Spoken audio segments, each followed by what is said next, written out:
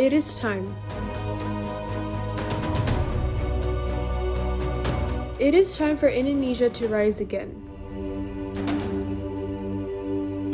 We Indonesians live in abundant resources. It is time for everyone to live independently, help one another, and give alms. We are rich in cultures, innovations, creativities, traditions, and agriculture. The global halal market is now wide open.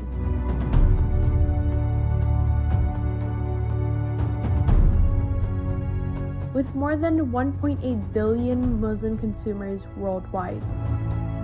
This is a time for Indonesian products to extend across nations.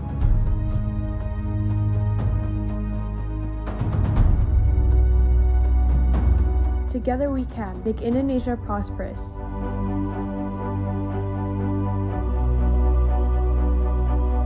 Go halal, go global.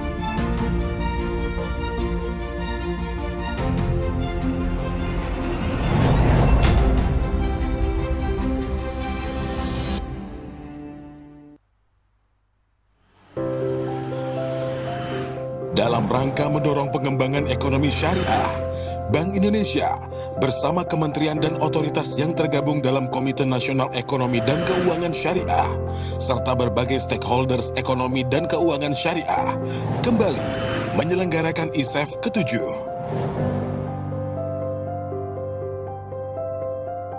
Pandemi COVID-19 memberikan dampak yang sangat luas, tidak hanya krisis kesehatan, namun menyentuh berbagai sisi sektor kehidupan, termasuk sektor ekonomi yang terdampak luas.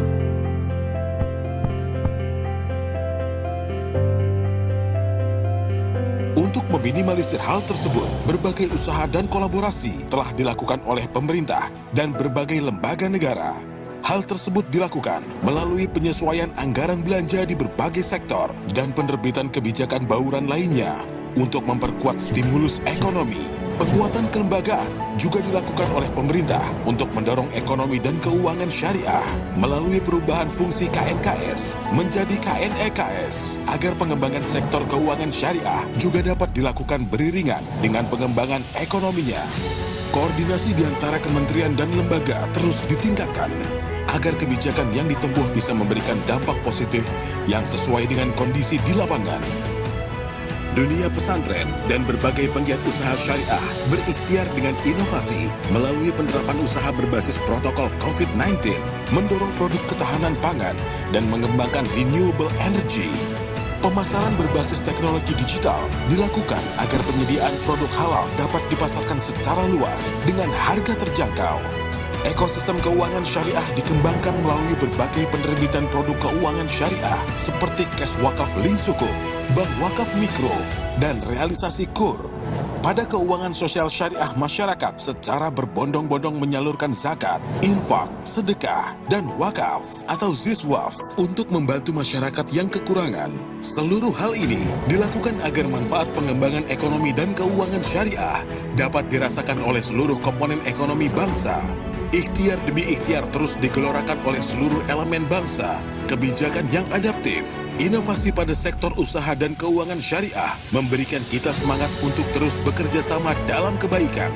Dalam rangka mengoptimalisasi dampak positif kerjasama yang telah dibangun oleh seluruh pemangku kepentingan, Bank Indonesia bersama dengan KNEKS menciptakan sebuah platform terintegrasi, yaitu Indonesia Syariah Economic Festival atau ISEF dan Festival Ekonomi Syariah atau FESYAR yang dapat mengakomodir terbentuknya silaturahim yang erat di antara regulator, profesional, pelaku usaha syariah, unit usaha pesantren, korporasi domestik dan internasional, komunitas masyarakat, dan akademisi. Diharapkan dengan bertemunya seluruh komponen tersebut, tujuan menjadikan Indonesia sebagai salah satu pusat ekonomi dan keuangan syariah dunia dapat terwujud. Saat ini, ISEF telah memasuki penyelenggaraannya yang ketujuh, yang telah berhasil meraih pencapaian positif pada bidang ekonomi dan keuangan syariah Indonesia, terhubungnya pelaku usaha syariah dengan investor, dan peningkatan literasi masyarakat. Mulai tahun 2017, ISEF selalu diawali dengan kegiatan FESYAR di 3 daerah, Sumatera, Jawa, dan Timur Indonesia. Pelaksanaan ISEF dan FESYAR kali ini dilakukan dengan konsep yang berbeda dari tahun-tahun sebelumnya, yaitu menggunakan format virtual. Rangkaian ISEF 2020 akan mulai dilaksanakan pada bulan Agustus dan puncaknya pada bulan Oktober 2020. Mari melangkah bersama ISEF 2020 menjadikan Indonesia sebagai pusat ekonomi dan keuangan syariah dunia.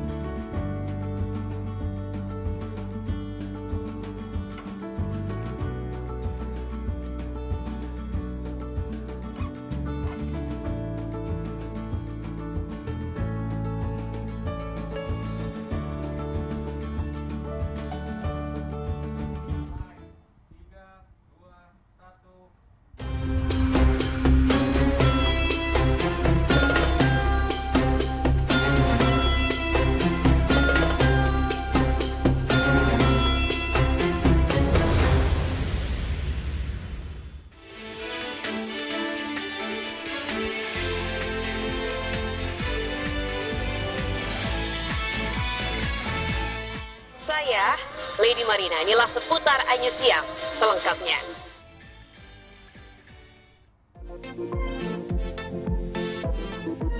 Lady Marina is a professional news anchor and TV journalist who has anchored Seputar Indonesia on RCTI. Upon graduating from Airlangga University Surabaya with a degree of accounting, Lady Marina is now pursuing her dream of her career in broadcast journalism since 2012. In her journey, she has experienced in interviewing public figures. And now she is ready to lead the talk show session. Please welcome our moderator, Lady Marina.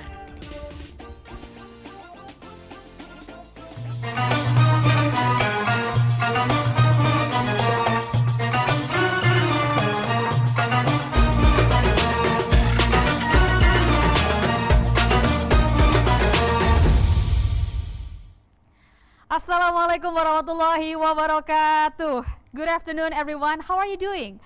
I hope you all are doing well or doing good, even though pandemic COVID-19 still happen in our country and also worldwide. First of all, let me introduce myself. My name is Lady Marina, and as you have seen on the video, I'm a journalist who has spent the past 7 years working on a TV program that has been airing for the past 30 years, Seputar Indonesia RCTI. It is a pleasure and also an honor for me to be able to stand in front of you and become your moderator for our webinars today entitled Global Consumer Halal Trends, that brought to you by Bank Indonesia in cooperation with Indonesia Halal Lifestyle Center. But before we begin these webinars, I'd like to give you a good news or some announcement that in this webinar, we will give you some gift, okay? So there will be gift that be given to you for the attendees who throw the most interesting questions, also appear to be the most active attendees. By saying active, that means you could answer some of the questions that thrown by our panelists or also ask some interesting questions by the end of the sessions. Oke, jadi ada beberapa hadiah yang tentunya akan dibagikan bagi Bapak Ibu semua peserta webinars yang bisa memberikan pertanyaan paling menarik dan juga yang tampil sebagai attendees atau peserta webinar paling aktif dengan menjawab pertanyaan yang diberikan oleh para panelis maupun kemudian juga memberikan sejumlah input atau pendapat dan masukan-masukan. And the prize, there will be vouchers for 5 attendees with most interesting questions. Also, jacket from Sajia Collections, Woman Batik Blues from Mita Fauzan Collections, and natural pattern silk batik material from Hanan Collection. Wow, banyak banget nih ya hadiahnya. Jadi pastikan Bapak Ibu semuanya untuk berlomba-lomba memberikan pertanyaan yang paling menarik untuk menjadi peserta webinar yang paling aktif, karena tentunya nanti di akhir acara akan kita umumkan siapa-siapa saja di antara Bapak Ibu yang berhak untuk mendapatkan hadiah-hadiah ini. Okay? Right, so before we begin this webinar, in order to make this webinar run smoothly and also bring benefit to each and every one of us, let us listen to the recitation of Holy Quran that will be read by Ustadz Hendrianto.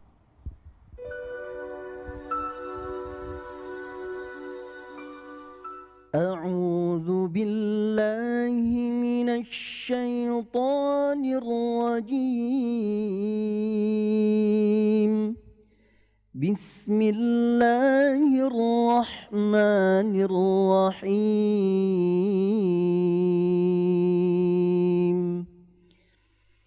يا أيها الذين آمنوا لا تحرموا طيبات ما أحل الله لكم لا تحرموا طيبات ما أحل الله لكم ولا تعتدوا إن الله لا يحب المعتدين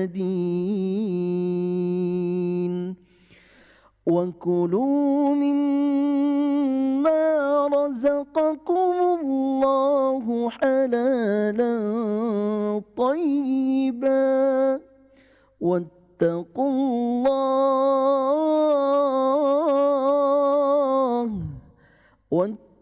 الله الذي أنتم به مؤمنون صدق الله العلي العظيم. أعوذ بالله من الشيطان الرجيم. بسم الله الرحمن الرحيم. الحمد لله رب العالمين حمدا يوافي نعمه ويكافئ مزيده. يا ربنا لك الحمد كما ينبغي لجلال وجهك الكريم وعظيم سلطانك. اللهم صل على سيدنا محمد وعلى آله وأصحابه ومن تبعه بإحسان إلى يوم الدين. اللهم اغفر للمسلمين والمسلمات والمؤمنين والمؤمنات الأحياء منهم الأموات فيا قاضي الحاجات اللهم سهل في كل أمورنا. اللهم سهل في كل أمورنا.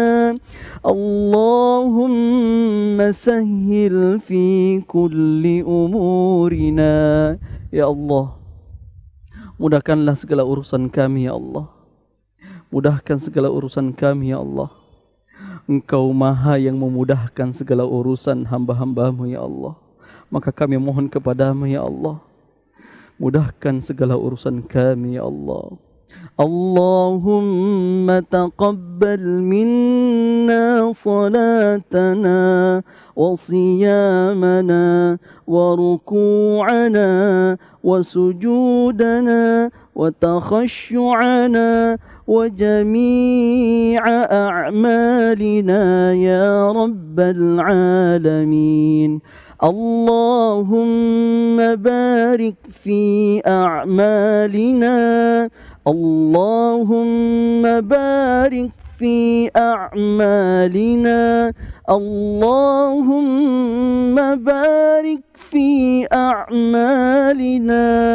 اللهم بارك في مالنا. اللهم بارك في أموالنا. اللهم بارك في كل أمورنا يا رب العالمين. Ya Allah, berkahi harta kami ya Allah. Berkahi segala urusan kami ya Allah. Berkahi pekerjaan kami ya Allah.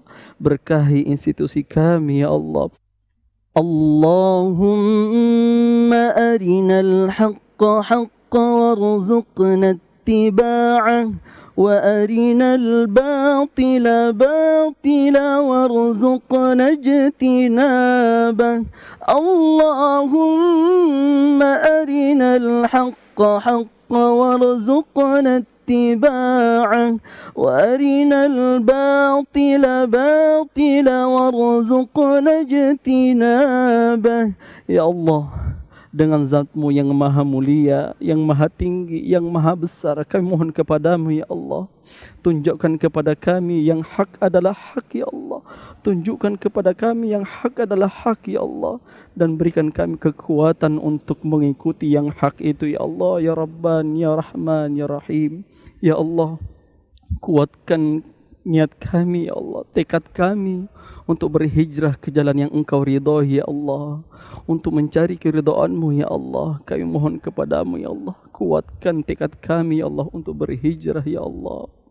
Ya Allah, tampakkanlah kepada kami yang batil adalah batil, dan berikanlah kami kekuatan untuk tidak mengikuti yang batil, ya Allah. Berikan kami kekuatan untuk tidak mengikuti yang batil, ya Allah. Dan berikanlah kami kekuatan, ya Allah. Kekuatan untuk menjauhi segala yang Engkau tidak ridhoi, ya Allah. Yang Engkau murkai, ya Allah. Ya Rabbana, ya Rahim. Istajib du'ana, ya Rabbal Alamin.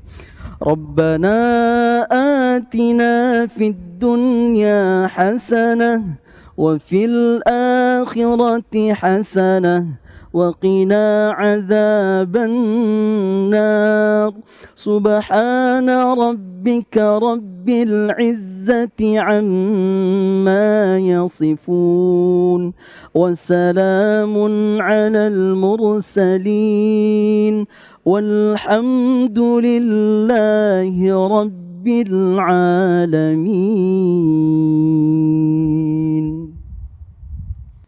Amin, amin, ya Rabbal Alamin. And that was the recitation of Holy Quran that was read by Ustadz Hendrianto. For next, you are going to listen to welcoming remarks by Mr. Priyono, Head of Development, Group Sharia Economic and Finance Department, Central Bank of Indonesia. To Mr. Priyono, the stage is all yours.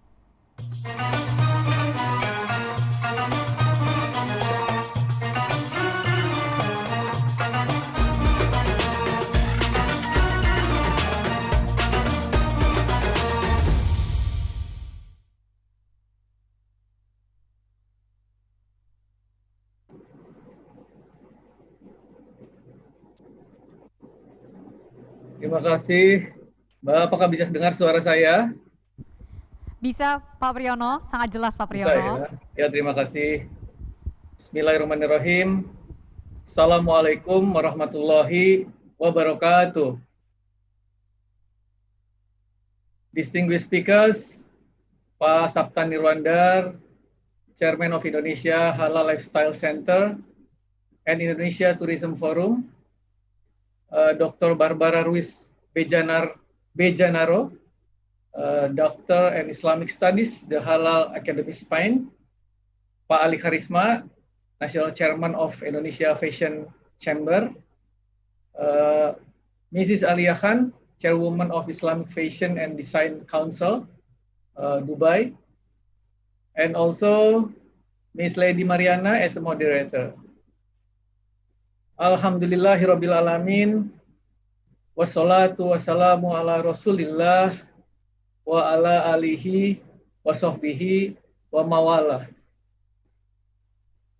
Distinguished guests, ladies and gentlemen, I wish you all a very good afternoon and welcome to the Halal Lifestyle Series, Global Halal Consumer Trends, in collaboration with Indonesia Halal Lifestyle Center. First of all, let's share our highest gratitude toward Allah, God Almighty, for His blessing only. We are able to attend this event. Salawat and salam are conveyed to Rasulullah Sallallahu Alaihi Wasallam, our beloved one, the most honored person ever. I would like to extend a warm welcome to all of you to this webinar. It is such an honor for Bank Indonesia to have this precious opportunity to hold this seminar, in which I believe will give a rich and thoughtful insight for all participants in understanding the global halal consumer trends amidst COVID-19 pandemic. Therefore, please allow me to express my appreciation and sincere gratitude to all speakers who have joined from thousands of miles to share their expertise and knowledge. And also, I would like to give my utmost appreciation to all of the seminar participants for your enthusiasm and eagerness to enlist in this program. Ladies and gentlemen, the transformation of the Sharia economy and finance is an important part of realizing inclusive and sustainable growth. The basic principle of Islamic economics ensure that financial transaction activities are based on real assets or projects. With the result, the Islamic economy plays an important role in supporting the improvement of the economic structure, developing the real sector, and promoting sustainable economic growth. The role of Indonesia Sharia economy as a source of new economic growth is supported by the great potential in terms of the prospects for consumption of the world Muslim community in various sectors of the halal industry. The consumption values is projected to reach about 3.2 trillion in 2024. We still remember on March 2020, WHO characterized COVID-19 as a pandemic. This declaration has an impact on the increased risk of slowing down global economy. Restrictive movements in many countries, including in Indonesia, of course, causes a hurt for many businesses, such as airline, tourism, restaurant, and even retailing. Accordingly, it is important to note how the consumer trend in Indonesia affected by COVID-19. Based on the survey data collected by McKinsey on June 2020, it's about 40% of Indonesian consumers are optimistic about quick economic rebound, a sentiment that has remained stable over the last month. Although consumers feel slightly less impact on their livelihoods, they remain cautious about their spending. For instance, becoming more mindful of how they spend their money, looking for ways to save money and trading down. I hope we don't like this. Yeah. The survey also indicated the strong shift to purchasing via online channels is expected to prevail even once COVID-19 subsides, with close to 60% of consumers having tried a new digital shopping method. Most Indonesians are waiting for milestones beyond the release of government restrictions before engaging regularly in out-of-home activities. Consumers have adopted new low-touch alternatives to behaviors such as remote learning, telemedicine, online fitness, and wellness, which may last beyond the crisis. In line with the optimism of the consumers, Indonesia experienced net export reached about 1.6 billion US dollar in July 2020, the highest in the last 2 years of non-haram product. The food products and beverage group's net export returned to a surplus after experiencing a deficit since early 2020. This increase was mainly driven by increased export of cocoa product and the decline in import across the non-haram food group. Transaction for non-haram product in e-commerce also continue to grow, dominated by fashion, halal food and beverage, and cosmetics, indicating quite optimistic prospects for Sharia business amid COVID-19 through the use of digital technology. Even though Indonesia experienced optimistic trend of non-haram product, and some countries around the world are slowly opening their border to enable their economy to move again, and so do halal business, in the future, economy recovery still requires several alternative solutions, with the urgency of national Sharia economic and financial transformation demands an integrated and comprehensive development strategy in order to effectively accelerate implementation. Based on the various domestic potential, as well as global Sharia economic and financial conditions, the Syariah economic and financial development strategy must be mutually reinforcing and interconnected with an ecosystem. Bank Indonesia is currently implementing the blueprint for the Syariah economy and finance, with its vision of Indonesia becoming a global center of the Syariah economy and finance. The blueprint was based on the values and also core principles of the Syariah economic and finance. Distinguished guests, ladies and gentlemen, the implementation strategy for the blueprint has been translated into a strategic development framework supported by three main pillars. The first pillars we call Syariah economic empowerment based on halal value chain, ecosystem development.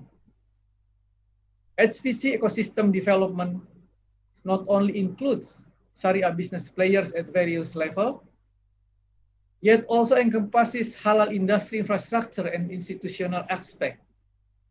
Using an ecosystem-based approach, various elements within the ecosystem will be developed together comprehensively in order to increase the quality and the quantity, of course, of the national Syariah business players. From a sectoral perspective, the development program is focused on the major Syariah sectors, including agriculture, halal food and beverage, Muslim fashion and cosmetics, Muslim-friendly tourism, as well as renewable energy. The halal value chain development strategy itself compasses a local value chain to increase import substitution and a global value chain to strengthen halal industry export from Indonesia. To that end, in terms of halal industry infrastructure institution, halal industry zones are prerequisites to accelerate halal industry development. The second pillar is Syariah financial market deepening. Fundamentally, these pillars aims to increase source of economic financing for the economy. Market deepening is required to, of course, increase the liquidity management and thus support Syariah financing in response to the needs of Syariah business development.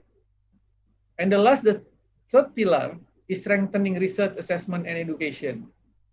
Aims to increase public literacy and understanding of the Syariah economy and finance.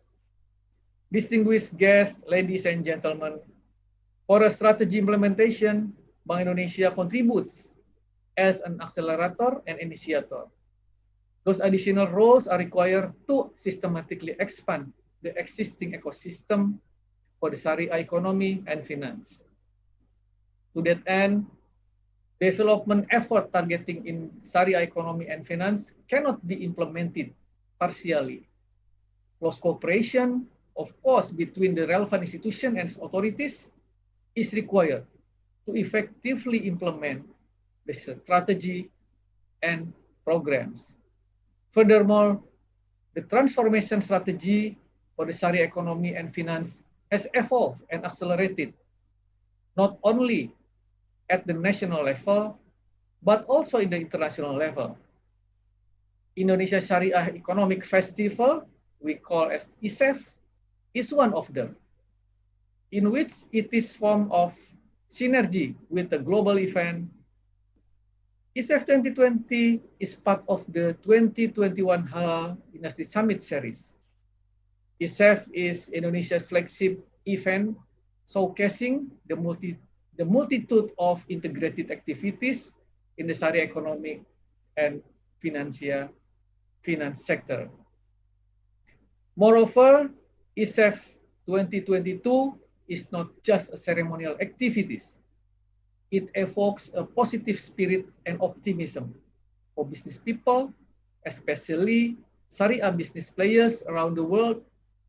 Various activities such as webinars, exhibitions, business matching, and business coaching were held in order to build and develop an international halal value chain ecosystem. Distinguished guests, ladies and gentlemen, I'm glad to know that all participants gathered today are coming from many backgrounds and disciplines. Thus, I urge to all of you to share any constructive ideas and hold a fruitful discussion. Thank you very much. Have a nice webinar. Wassalamualaikum warahmatullahi wabarakatuh. Waalaikumsalam warahmatullahi wabarakatuh. Waalaikumsalam warahmatullahi wabarakatuh. Thank you so much, Mr. Piono, for the welcoming remarks. And now, the moment that we have been waiting for has finally arrived, and we will begin this webinar entitled Global Halal Consumer Trends. As you can see in the PowerPoints that the pandemic COVID-19 has changed our life in so many ways. We started to care more about our health, and we begin to increase the sense of empathy to each other. And as you can see that the implementation of semi-lockdowns also work from home, causing also having some impact on the trend of Indonesians' shopping interest. Based on the research that made by iprice.co.id, using impressions from Google Analytics data, showing that the trend of working from home, also the high intensity of online meetings or Zoom webinars, also video conference, make the increasing of the selling of the webcam reaching until more than 1,500%. And not just that, the selling of bicycle also increased until more than 1,036%. Banyak banget orang Indonesia yang sekarang goes karena adanya PSBB dan juga adanya semi-lockdowns yang diterapkan oleh pemerintah. Dan kita bisa lihat bahwa also the office stationery selling such as folio paper and also instant noodles also increased until 377% and 155% each. As for the medical products, you can see in the slide that pandemics make people care more about their health. You can see that hand sanitizer selling increased until more than 5,000%. And this was following by the purchasing of vitamins, which also increased until more than nearly 2,000%, and the cleansing soaps that also increased until over than 1,300%. What about tourism in Indonesia? Pandemic COVID-19 also affected the halal tourism, also tourism as generally in Indonesia. You can see that on the latest survey that made by online travel marketplace, in this new normal era, staycations and family vacations are the type of vacations that Indonesians are longing for. 37% of the respondents are longing for family vacation, while the other 26% longing for a staycation holiday. Now, here comes the question. What about halal tourism in Indonesia? Has the pandemic COVID-19 bring some effect to the trend of halal tourism? And then what is the main focus for tourists when traveling in this new normal era? What about changes in attitudes, especially in society due to this pandemic COVID-19? I'm not going to talk about this topic all alone, because here with us there are panelists that are ready to share their perspective, their thoughts, and also their visions or tips and tricks about how to overcome these problems that we are talking about. First, I'd like to invite our panelists, the chairman of Indonesia Halal Lifestyle Center, Mr. Sapta Nirwandar.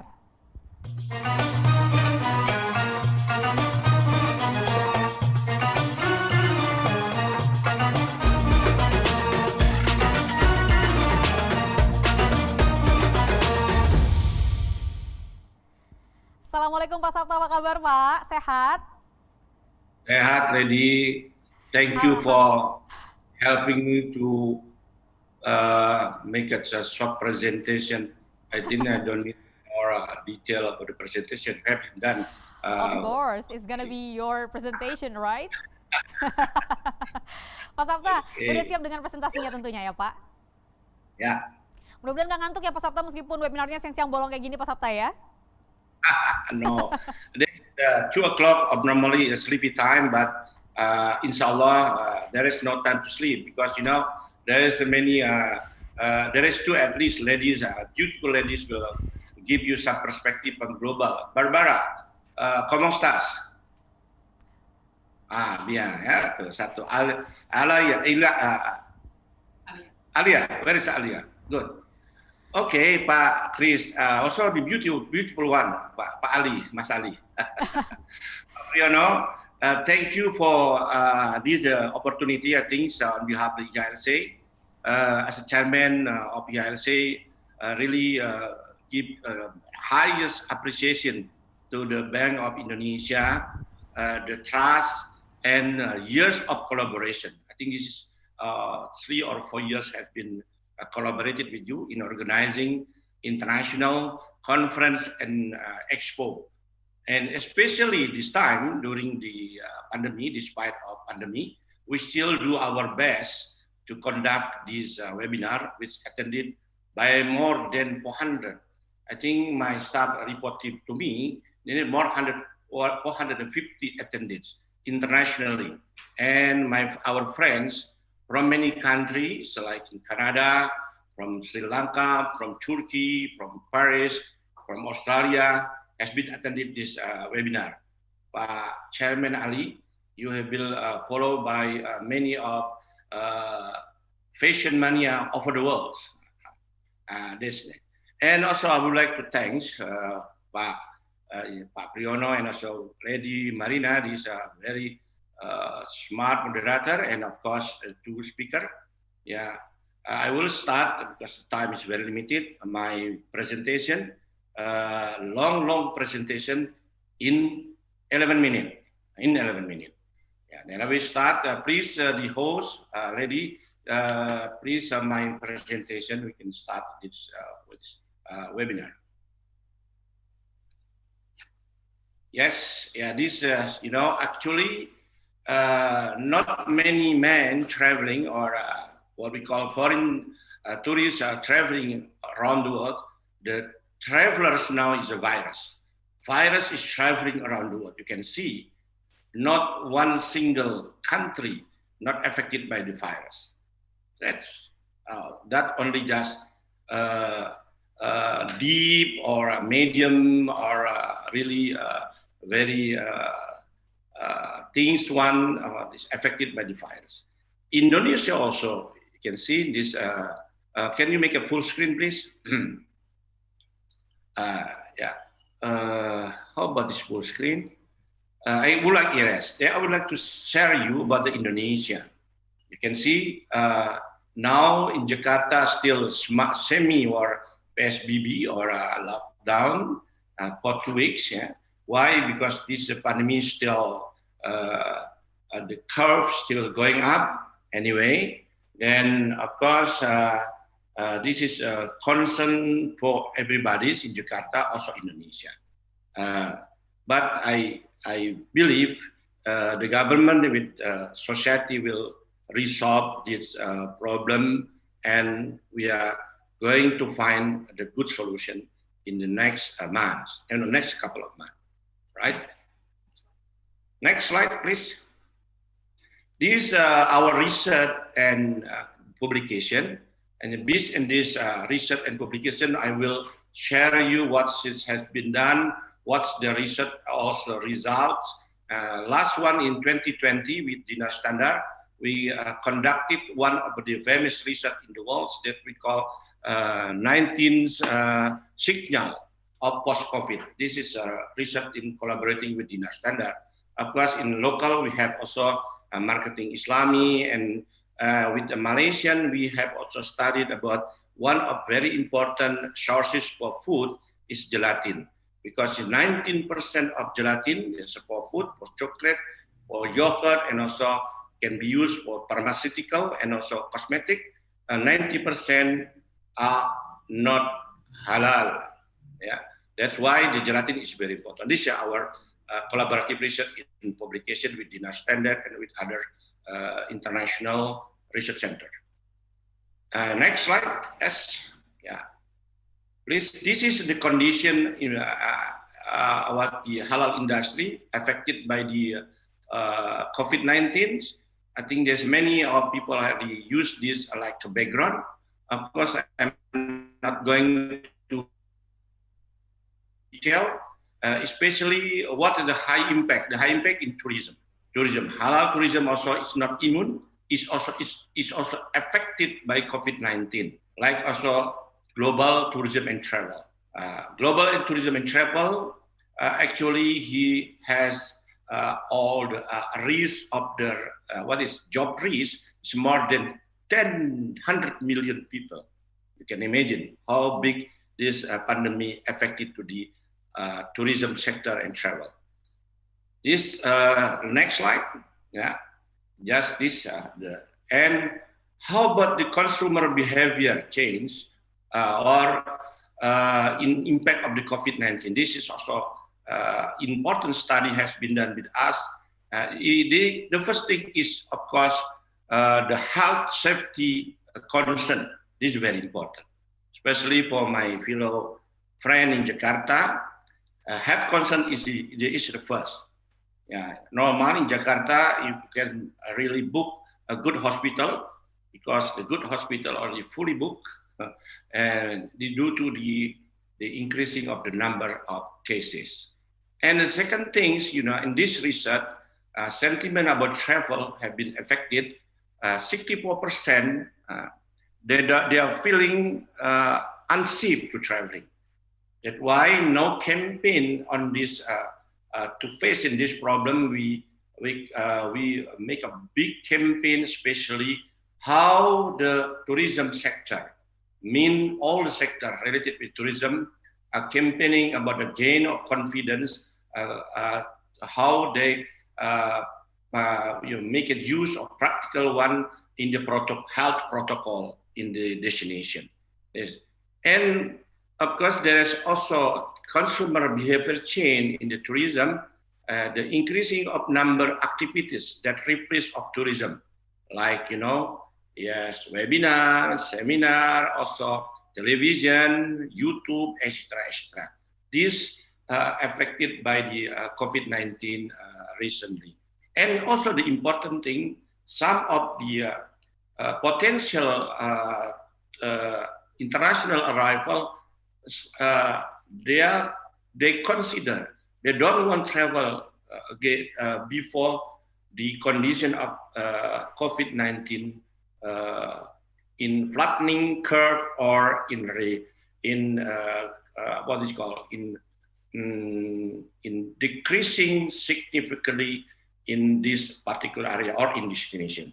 Mean they are not going to traveling without any safe and guarantee in terms of health protocol in this destination.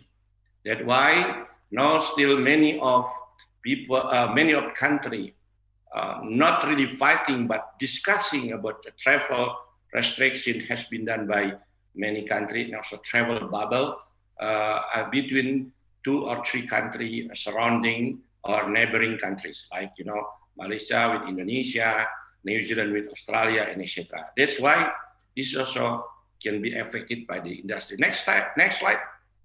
Yeah.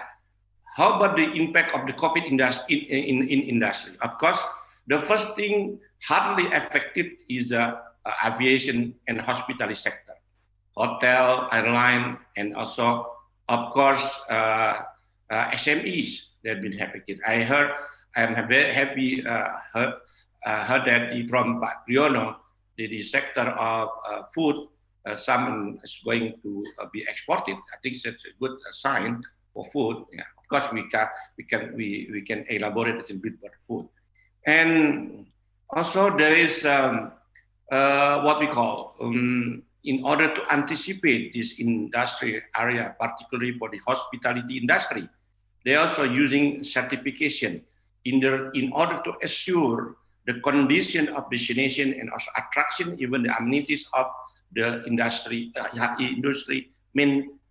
the what we call travel industry. Yeah, like this one, there is certification about safe travel. Hilton's, they are also all safe and everything related with guarantee or attract the people more confident to traveling in destination, travel destination. That's also actually effective to the industry. Okay, go ahead. Next slide. Yeah. This for food, yeah, of course. Lady has been, mentioned one of the important for the food is online food, and go food, and also even working from home that need food. But the most important is food is a basic for the immune body for the H people. They are convincing without any good food. Of course, there are problem for the immune. Then this is for the industry. Of course, for the government, there has to be change the policy, especially for exporting, and for the halal supply chain. There should be more attention for the raw material and also the environment, or what we call ecosystem, on the food supply, right? Conti, go ahead. I just go move on slowly. But next slide, please. How about the future of tourism? Yeah, next slide. Yeah, next slide. Yes, this is a challenge and opportunity. When this pandemic will be end, no one knows. Wallahu alam bisawab. Or at least flattening the curve. That's why all government are trying to flattening the curve. Even the government of Indonesia, especially Jakarta province or Jakarta city, also try to flattening curve, because this is very important for livelihood of the Indonesians, especially in Jakarta or other provinces. Many scenario has been done and offered by university. Of course, there is pessimistic, there is optimistic, of course, there are realistic. How about the vaccine? Of course, many of country has been really pushing the scientist community to have the faster is the better for the vaccine. I'm sorry, Pak Sabta, but your time is 3 minutes left. Yes, I have right 5 minutes, chairman, right? All right. Vaccine, yes, like Pak Priyono has 20 minutes. Why not? I'm 15 minutes. Okay, now because it is important. The vaccine is now in Indonesia still online to be promoting in next January. Okay, and this is a challenge also for the vaccine. The number 3 is how about the tourism itself? UNWTO in other webinar, World Travel Tourism Council, World Tourism Forum, dinner standard, they recommend only just 3. Of course, the important one is local tourists. That means local is Jakarta to Jakarta, and domestic tourists is Jakarta to Bandung or Jakarta to Lombok. This is very next slide. Okay, this is more scientific background. We have collaborated with dinner standard, a tourism strategy framework, return, reform, and return. That means that this is for short term, medium term, and of course 1 to 3 years. This medium term. What will be in this strategy? The important thing is how we can make a new approach in travel industry, especially based on new technology. And we need also investment in aviation. This need 1 to 3 to adapt this strategy. And next step, next slide. Okay, please. This is a more important and famous strategy according to me, according to me, because it's Saptahelic. It's not helix, Lady Helix, but it's Saptahelic. Okay, one behavior change. Have been mentioned the behavior change, and the important thing from this behavior change is government policy and action plan to reopening the destination. First thing, start local. Second thing, for domestic. When then we start for local first, and still have to be under the protocol, health protocol. And number 3, the health protocol should be integrated in 3 areas. First is, of course, accessibility should be submit or should be under the control of the health protocol. Second is amenities, and of course, the attraction itself. This is number 4. Number 5 is about new investment. You can see new investment in IT, in R&D, new business model needed also, and of course, share responsibility between government or stakeholder, and also the customer itself. That should be integrated in the one strategy in order to resolve or to revive this tourism in the what we call a pandemic era. Next step, yes, this is I give you some example. Yeah, this is on the ground. Mice industry, yeah, we trying mice industry. How about the mice industry, please? Next step. Yes, virtual global halal tourism fair is 27th September. This new approach in technology, how we can make Happy World Tourism Day with the global halal tourism fair. This is virtual. And also under the SMIC, the Halal Expo, Mobile Expo. Of course, we have also the ESEP and virtual and with IHLC for the next October. Lanjut, next step.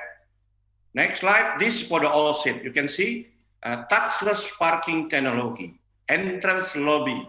There we don't touch anything. We don't need to touch anything, right? And physical distancing for the pointers, hand sanitizer also touchless.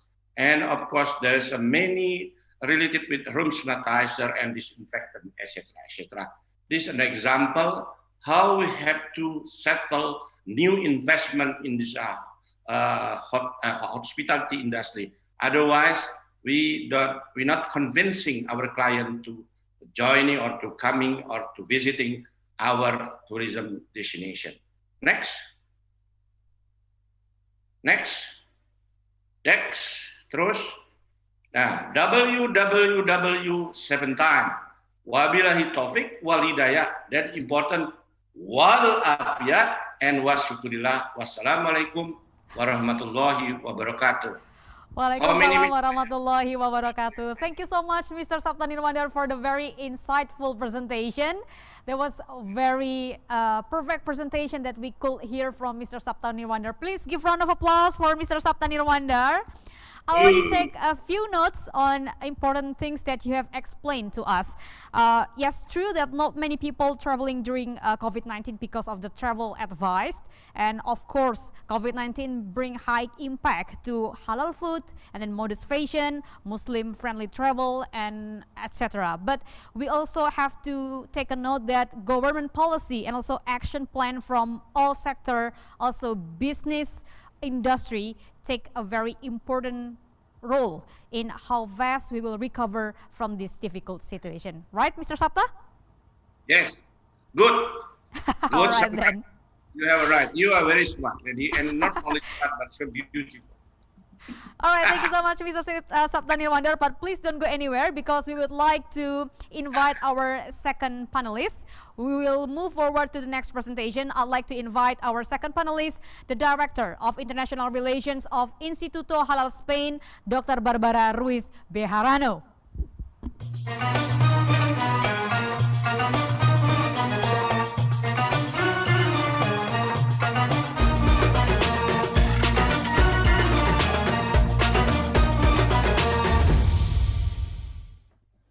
Good afternoon, Barbara. ¿Cómo estás? Selamat siang. How are you? I'm doing good. I'm doing well. I talked to you in Spain and you replied to me in Bahasa. That was very good. Thank you. So all is well doing? here. Alhamdulillah. Alaikum salam. Alaikum salam. Alhamdulillah. How is it the pandemic in Spain right now? Well, it's kind of under control. It's true that we have some outbreaks now that the schools and offices are back to normal. But life goes on, and I think the government fears more the economic impact of lockdowns. So with measures in place, we are more or less back to normal activity. So right, yes, there are some cases, but it seems to be under control. All right, good. I hope everything is going well with you and the rest of the Spanish. And also, I think it's the very right time for us to strengthen to each other during this difficult time. So, Dr. Barbara, are you ready with your presentation? We are ready. All right, before you begin the presentation, I'd like to remind to our attendees that you can actually throw your questions right now. Jadi Bapak Ibu peserta webinar, silahkan ditulis pertanyaannya, and the format of the questions on the chat column will be your name and to whom or to which panelist you want to ask, and then your questions, okay? Once again, the format of the question and answer session that you can write on the column chat right now is your name, space, to whom or to which of the panelists you want to ask, and then your question. Okay, Dr. Barbara, you are ready now? Yes, thank you. All right, Dr. Barbara, the stage is all yours. Thank you. Terima kasih. So the topic I have chosen today is quick commerce. And also I would like to contextualize Q-commerce within the space of Europe, and particularly for halal in Europe. So we can go to the next slide. And first I would like to talk a little bit about Islam in Europe, because I think the image of how Islam is in Europe, I think is not quite well understood outside. So first thing I will say is that the Muslim population in Europe is a minority. In some countries it's less than 2%, in some countries it's about 5-6%, but still a minority. All in all, we have 50 million Muslims in Europe, which is a good size. And they're mainly located in 3 countries, UK, Germany, and France. And there are also other smaller pockets in the Netherlands, Spain, Italy, Austria, and so on.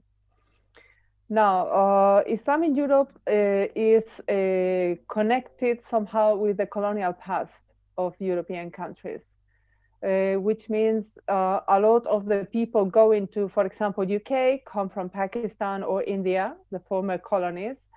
And that means that the social relationship between Britons and these immigrants is going to be marked by this colonial past. So the relationship is not equal to equal. We can say that there are some prejudices and some issues that unbalance the relationship between most of the population in Europe and the Muslims. There is also a phenomenon called conversion or reversion to Islam, which is is not very widespread. It's only a minority, but still converts like myself, we have a very important role to play, because we are kind of playing between these 2 civilizations, and therefore we can understand both sides and have an important role in dialogue and moving forward in the relationship.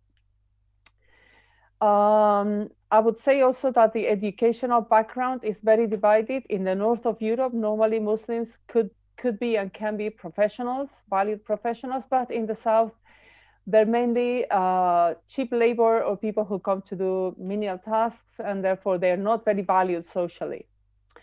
And then we move to the big point, which is halal production in Europe. As you know, Europe has a number of halal production companies. However, Muslims are not yet much involved into it. And there's very little entrepreneurship. I would say that we have a big opportunity here that we might miss. And we have to be motivating our own young Muslims to become entrepreneurs and to become business owners within the halal market. And lastly, I would say that Muslims still are perceived, and Islam is perceived as supporting something in Europe. It's not well regarded as a European asset yet. So we also have a lot of work to do to change this perception, because actually we have very little social influence as Muslims. And I think this has to change. We have to change, and this will also help to put halal into value. We can move to the next slide. I'm going to go very quickly to this one, but basically what we have to say is that the principles of halal are constantly being readapted to face the changes and the challenges posed by constant change in society. Globalization, for example, has imposed certain challenges. For example, a lot of halal food is produced in non-Muslim countries. So we outsource it from these countries. And there are many things we have to look into this.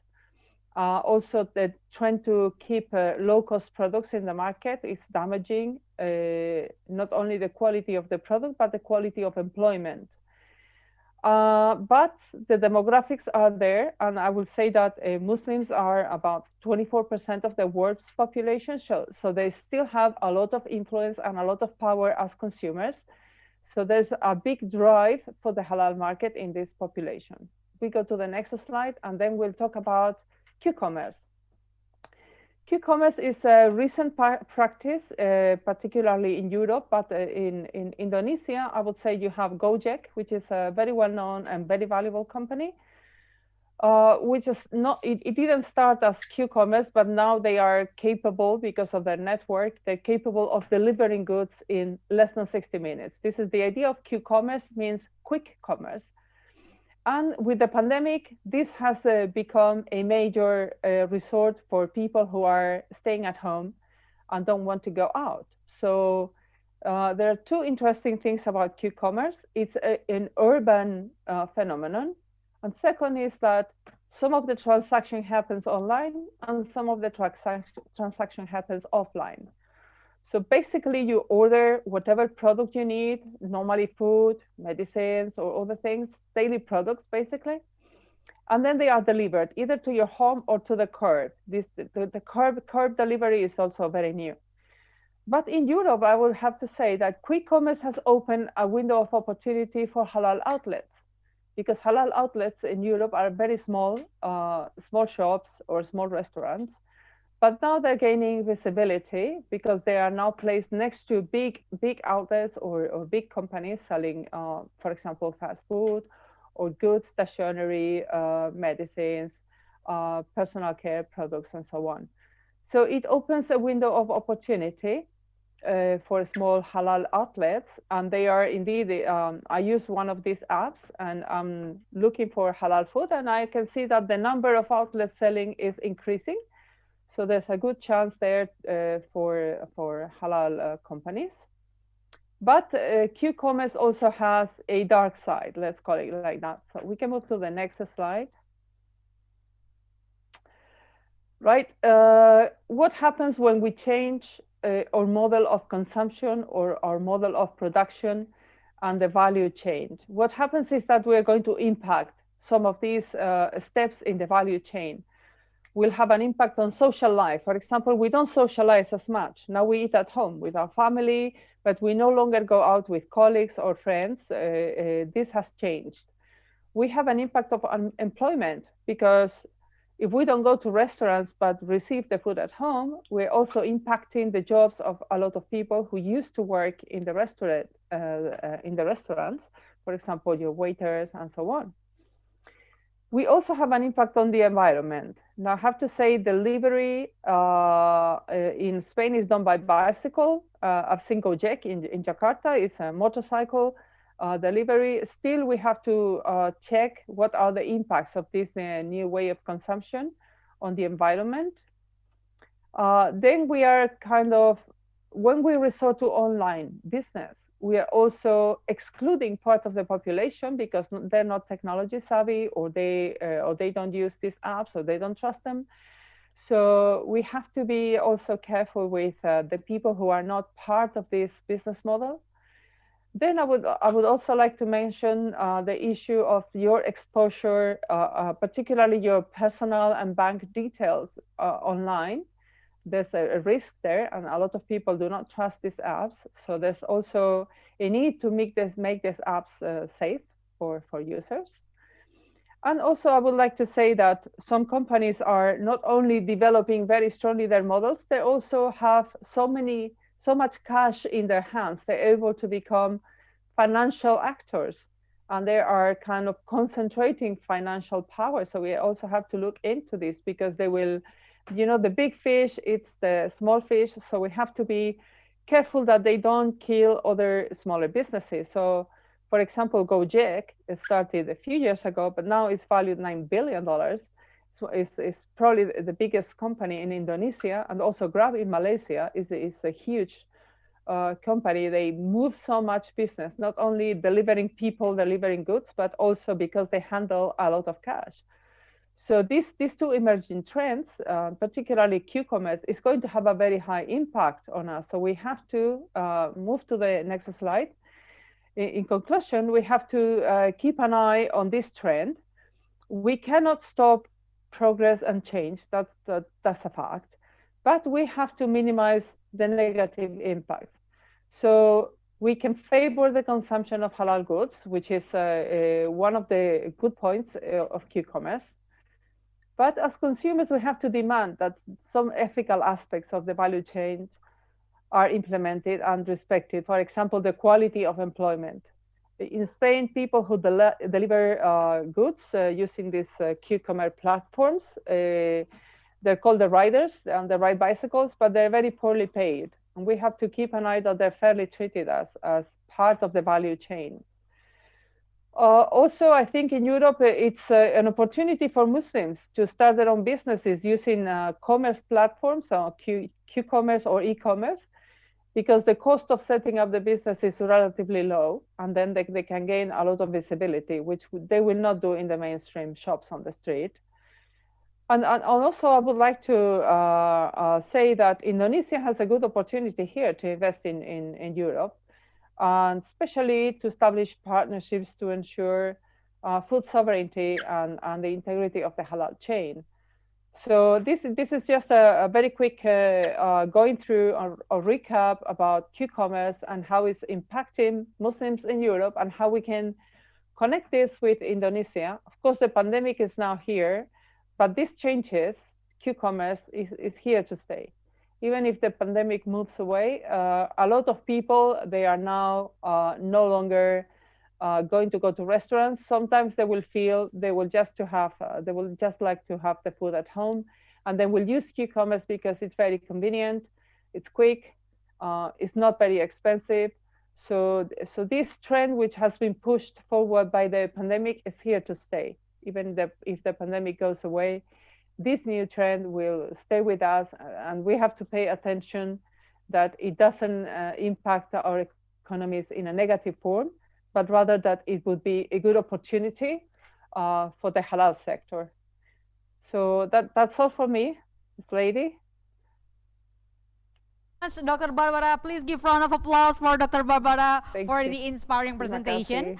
I already take notes on your presentation about the impacts of COVID-19 to culture on society, which are, yes, it's true that pandemic COVID-19 bring a lot of impact to our society and to our life, but it's also kind of like blessing in disguise because quick commerce in Europe grow pretty fast, such as the technological exclusion, also technological exposure, and increasing the financial technology.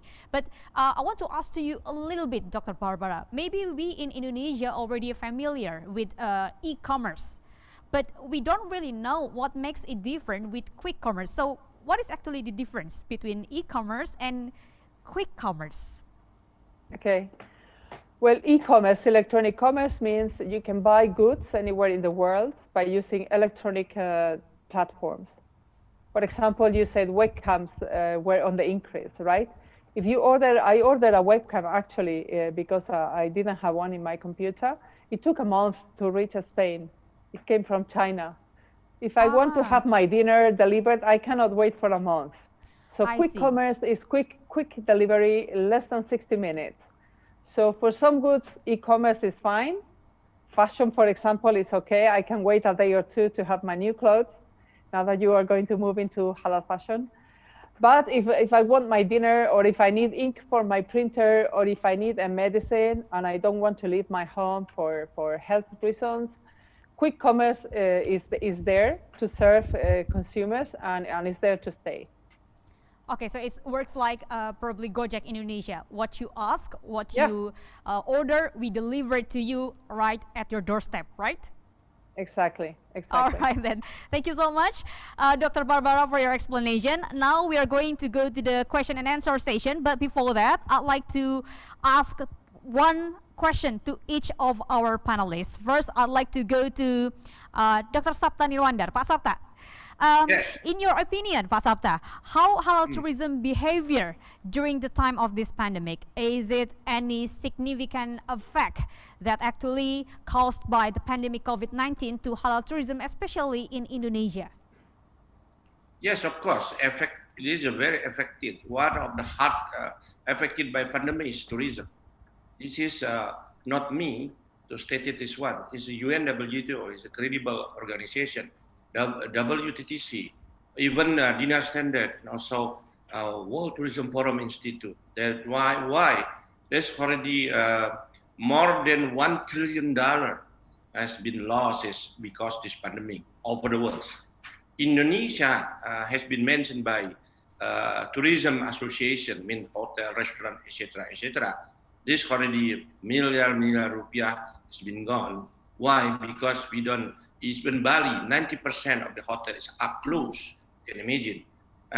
Tourism is not only about the hotel, about the transportation. Tourism is supported by many of small, medium enterprises. Yeah, right. See, yeah, in the restaurant of the hotel, you need many things. You need rice, you need chicken, you need also kitchen. You know, lady, the different kitchen and chicken? Yeah. Yeah, they need both. Main infrastructure and also the raw material, what we call halal supply chain, from farming until fork. This is industry, big industry. In the middle, there is transportation and this one. And second thing is supporting by what we call creative economy.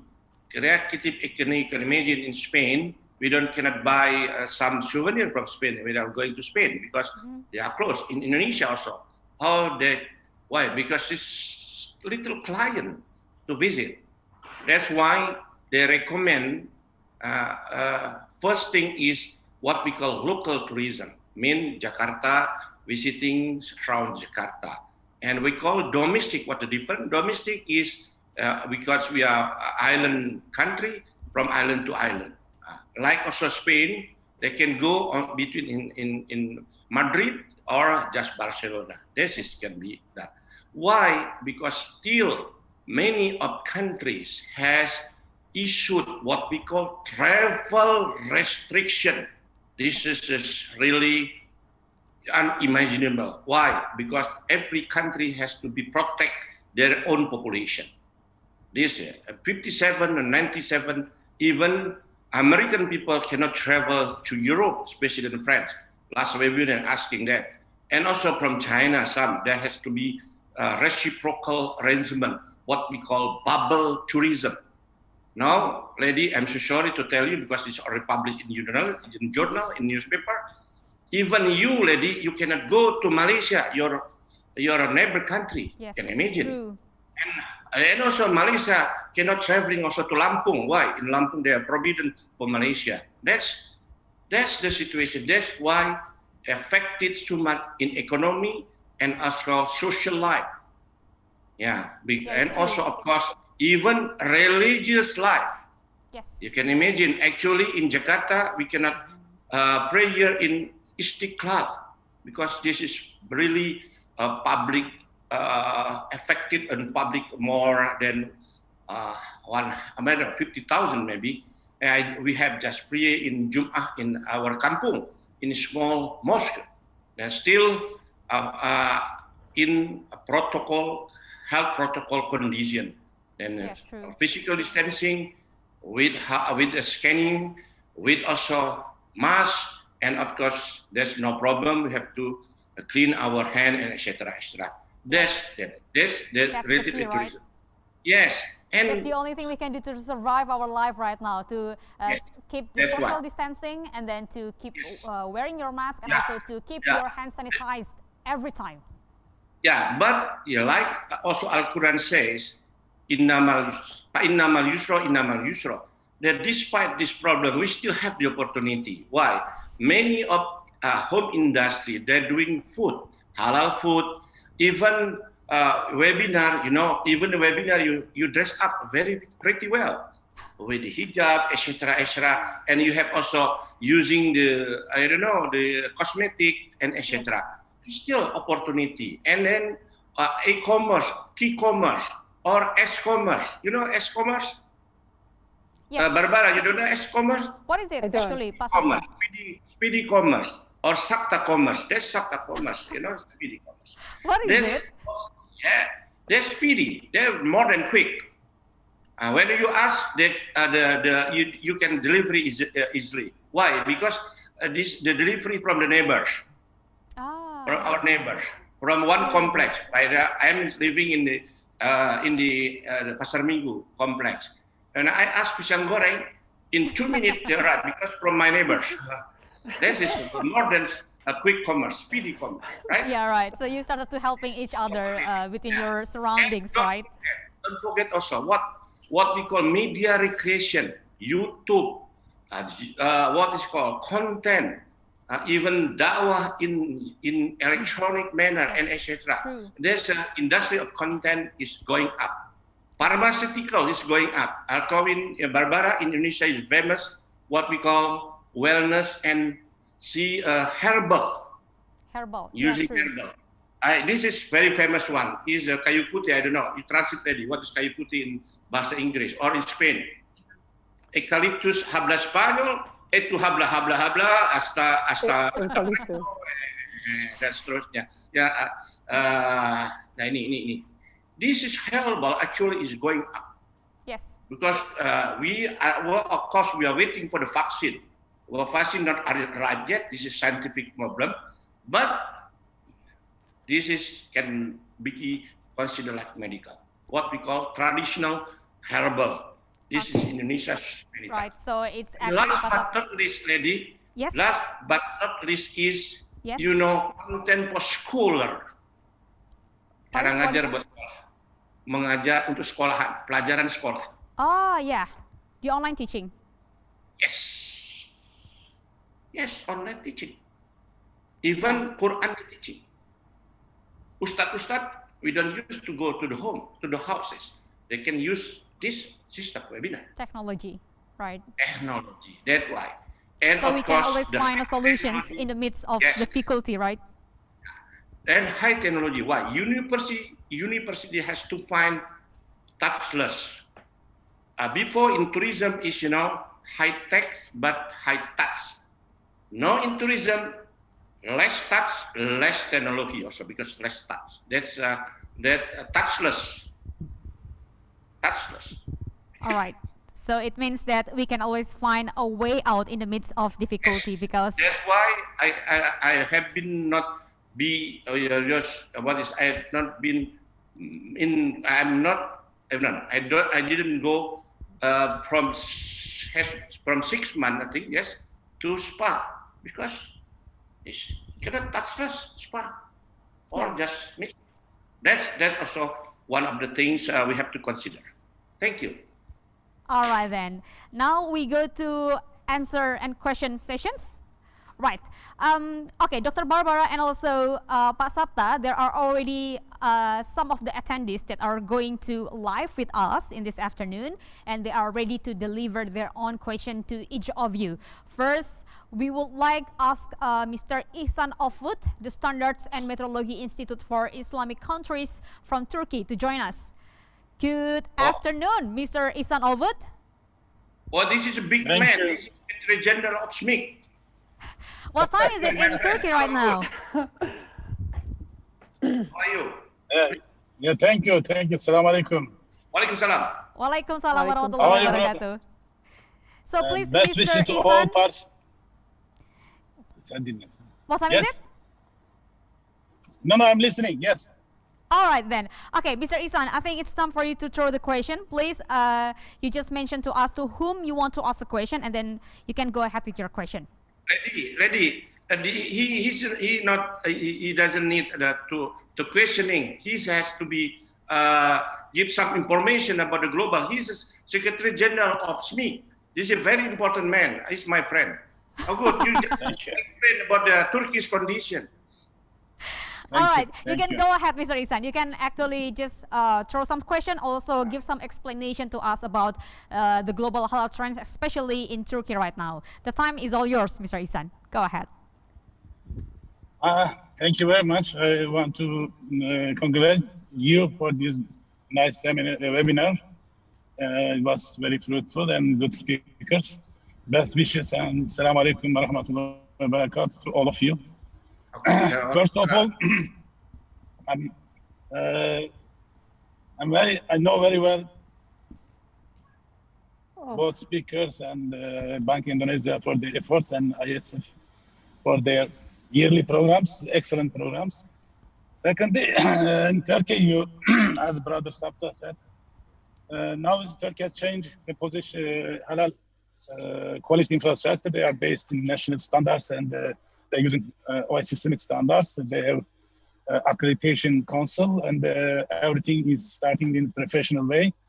And awareness about halal industry and halal consumption is daily growing, and new technologies, new researching, new testing methods are developing in Turkey. It's very good for us. But I'm not represent Turkey. I'm Secretary General of YC institutions, Standards and Metrology Institute for Islamic Countries. I'm Secretary General of this. We are developing the high quality standards, especially in halal sectors. Till now, we have 11 halal standards, especially in halal food, halal management, halal tourism, cosmetics, standard certification, accreditation, laboratory, etc. And the new standards on food additives, etc. These are all developing, preparing by the member state, by the countries, not from our institute. We are just coordinating. Many things is doing will be in the future, inshallah. But for my question, first question to Brother Sapta, he has he give a lot of information about his efforts in halal lifestyle, etc. But for me, we need something should be standardized and not more terminology. For example, halal tourism, he says Muslim-friendly tourism, etc. We should use single terminology for each sector because it will be confused in the future. When we say halal friendly, some people are wrong understanding, especially bad things in coming Islamic food. If you say Islamic food, it means only Islamic people will eat. We should say only halal food for all. But you say if Islamic food, Islamic ethic, etc., it will be like a kosher just for the religious people, just or for Muslims. It's one of the big threats for halal sector. We should be careful about the terminology. Many in the Middle East, in some country, in the reports, they are talking about Islamic food.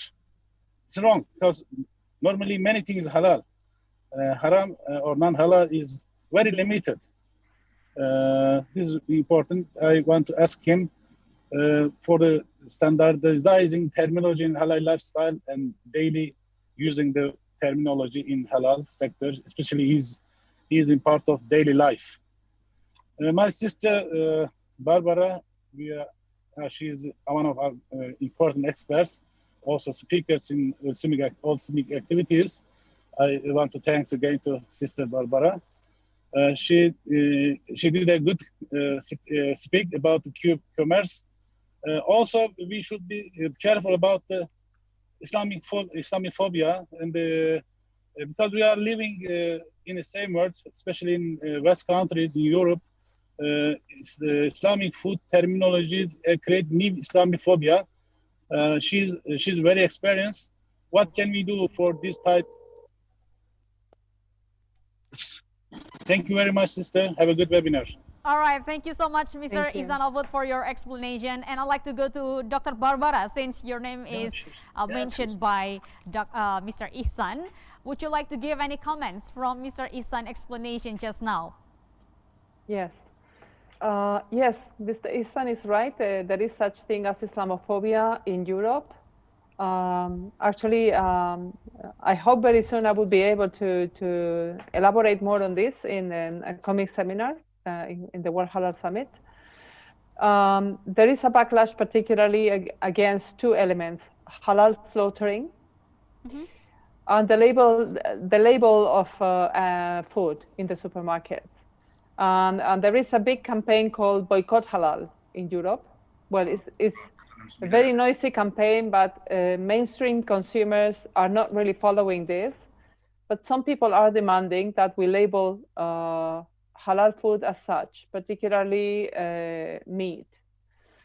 What happens with labeling is that you can discriminate. So the strategy I would like to the producers to follow is delabeling, which means we should not label things as halal or Islamic, because that will give the enemies an opportunity to identify and launch a campaign against this brand or against that brand. So, for example, the strategy of Nestlé. Nestlé, as you know, is the biggest player in halal production, in halal food production in the world. They do not label their products as halal. They give the information in the website. But when you go to the supermarket, you go to buy some Nestlé chocolates or something, you don't see the halal label in Europe. You see it in Malaysia, in Indonesia, you see it in other countries, but not in Europe. In Europe, we follow a different strategy because of this circumstance. So the labeling is strategy, but the other important strategy is that, as I said before, we are not valued as a social, as a big social niche of consumers in Europe. So we also have to change this. We have to start lobbying the authorities in Europe. And I think the OIC needs to have more presence in Europe. And we need to play the economic card, not the religious card. Europe is not a religious arena, and religion is very much a private concern within the laws of the European countries. But we still can play the economic card and pressure the authorities to demand and to make the regulation so halal products will be respected and they have equal opportunities with other products. And the same goes for Muslims. As I said, in many countries, there is discrimination and they don't have the same opportunities as other citizens. So we have to start doing something about it. But when we talk about Muslims, we need allies. We need allies from big countries such as Indonesia. That's why I was before mentioning that there are good opportunities for investment and also to gain visibility and power, lobbying power to the European authorities. For your explanation, and I hope we can overcome the problems, especially the labeling halal, also Islamophobia in Europe, because we believe that based on your presentation, there are 50 million Muslims that spread all over Europe, also in UK, Germany, France, and also in Spain. Hopefully, we can overcome this problem as soon as possible. Okay, now we are going to go live with another attendees, which is Ibu Ita Utamiwati. Ready. Yes. Ready. Can I have some this important explanation? Pardon, Pak Sapta? I can hear your voice clearly. I will add the explanation from Barbara. Yeah, sure. Yes, I think for the halal label is important. But of course, different situation in Europe. But this I maybe a little bit or different views with you, Barbara. Because halal now is a trend, global trend. You can see studied or research from Dinner Standard. Even in France, there's 25% of Muslim population there. They are, of course, they are suffering about the pressing from the law, local law, etc. But the product halal still is going on. Why? The food is more than $1.7 trillion. This is yearly, before COVID, of course. I have just been in Toronto. Many of brothers and sisters, they are defending for the halal food. That I think, don't worry for the phobia. Phobia is still phobia, but we have to push. Why? Because halal food is healthy food, is safety food. You can imagine the announcement last time from China government, Shenzhen government. Now they are not allow the people to consume the wild animal. That's one. And last one, we wait at about WHO. That means World Health Organization. They announced that don't eat more wild animal. You also, of course, minuman keras ready, and etc. etc. This also related to the halal food. And Japan, they're doing what we call the Olympic game with serving the halal food that accepted. And Ustaz Obud, for the halal food, you just refer to Al-Quran Al-Baqarah 168. There is no interpretation. Halalan toiban, not ethical food, not ethical and etc. This is kosher. But halal is 168. No. And I give in Asia, of course, there is no problem, especially our brother and friend in Malaysia. The society in Malaysia has a very strong pressure. If the what we call Nestle or even Unilever, even McD, there is no label halal. The people trend to do not buy this, even in Singapore. That's the power of.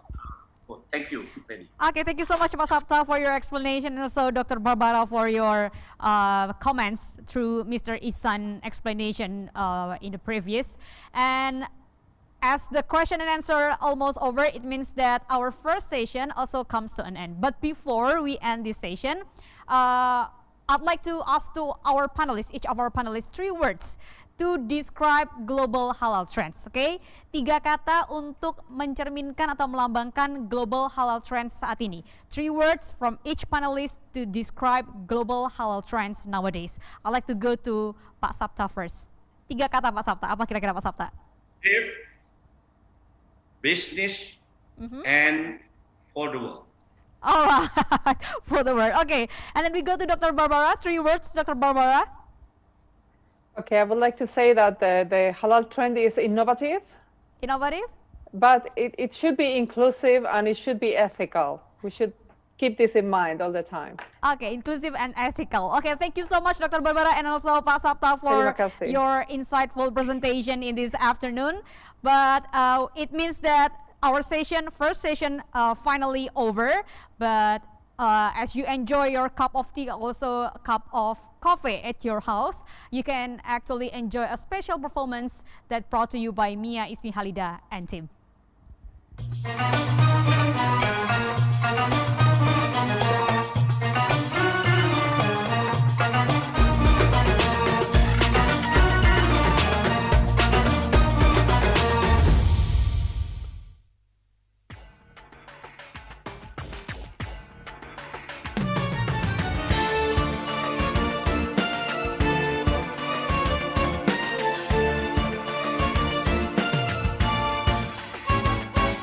Laksana air di gurun pasir, sejukkan jiwa yang kehausan. Di sepanjang keruh rapuhnya dunia, ku selalu merindukan belaimu. Ku ingin kau selalu bertahta dalam kalbuku. Kau hadir di setiap hela nafasku, hangatkan alirkan butiran darahku.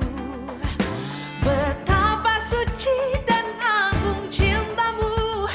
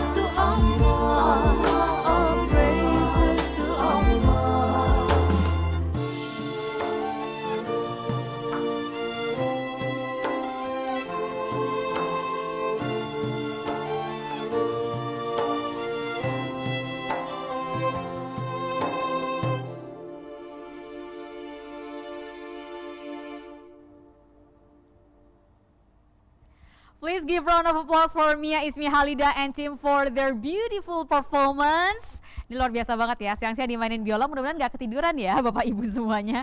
Meskipun tadi dinyanyiin lagu-lagu Islami, mudah-mudahan bisa menambah semangat kita untuk webinars yang hari ini dan terus menyemangati atau mengilhami global halal trends dan juga semangat untuk bisa memajukan ekonomi di tengah situasi pandemi. Okay, for next, as I told you that we are going to talk about a fashion industry. As we all know that pandemic COVID-19 has actually causing many impact to any sectors and also industries, also including fashion industry. Many people no longer make buying clothes as their top priority because the priority scale has changed due to the pandemic COVID-19. But in the other hand, if you can see that so many opportunity are growing pretty fast during this pandemic COVID-19.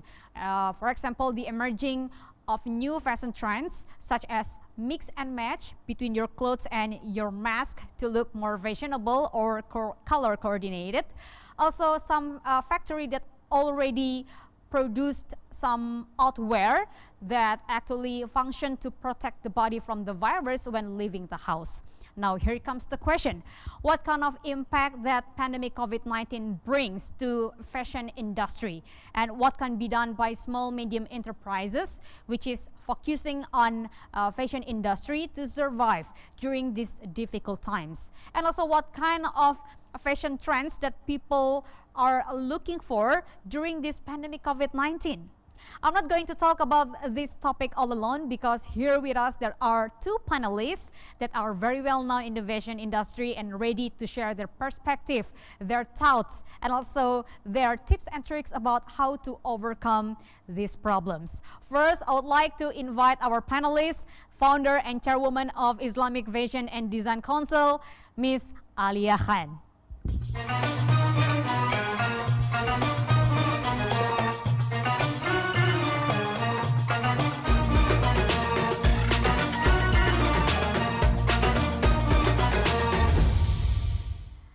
Assalamualaikum, good afternoon Indonesian time. Ms. Alia Khan, how are you doing?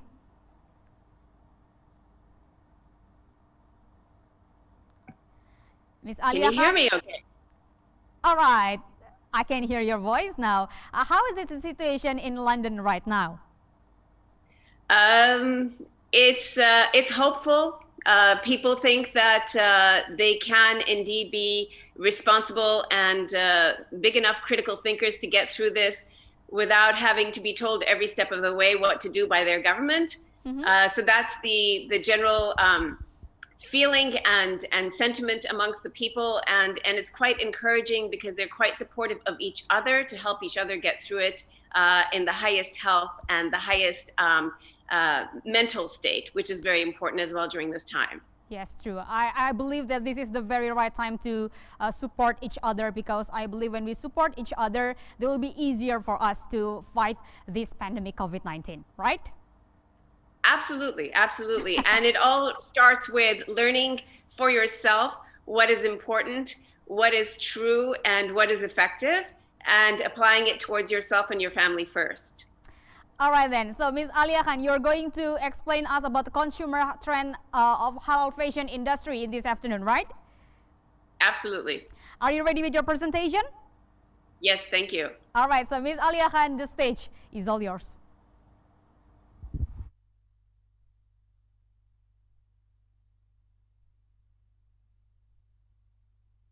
Thank you so much. So I think when we talk about the evolution of Islamic fashion, especially in current times, this is a time more than ever to remember that we are indeed Muslims. And when the mandate came down for all of our guidelines and principles, it was sent down for all times, not just good times. It was sent down for challenging times. It was sent down for time with your family, time with your business. And we are meant to embrace that wisdom, especially in a time like this. Next slide. So I think inadvertently, my organization, the Islamic Fashion and Design Council, a platform that I had founded and developed close to 7 years ago now. It's amazing how time flies.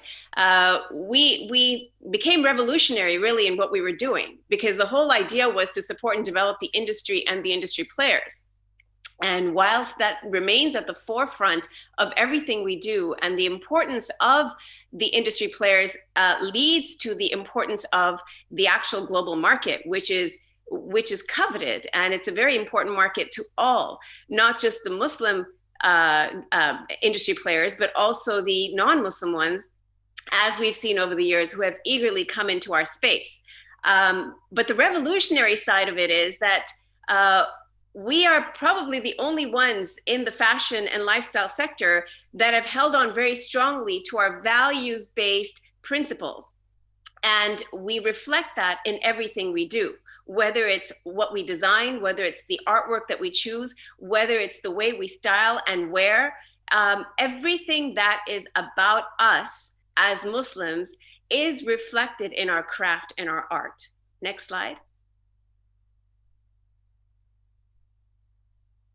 So what it means to be Muslim in today's era is probably more important than ever before. Today, you are asked to be Muslim by all standards and through all the wisdom that you have acquired through your deen. You are asked to uphold it today more than ever, to reflect it in your business, to reflect it in your ideas, to reflect it in the disruption that only you can come up with to resolve the challenges of today's time. I have nothing but good news to share for you. And that is that we are here, and we remain strong and firm in our abilities to build and rebuild wherever our businesses require it, wherever our home lives require it, and our social lives require it. And in our particular case, all of them culminate together in some way or other through the fashion narrative. Next slide.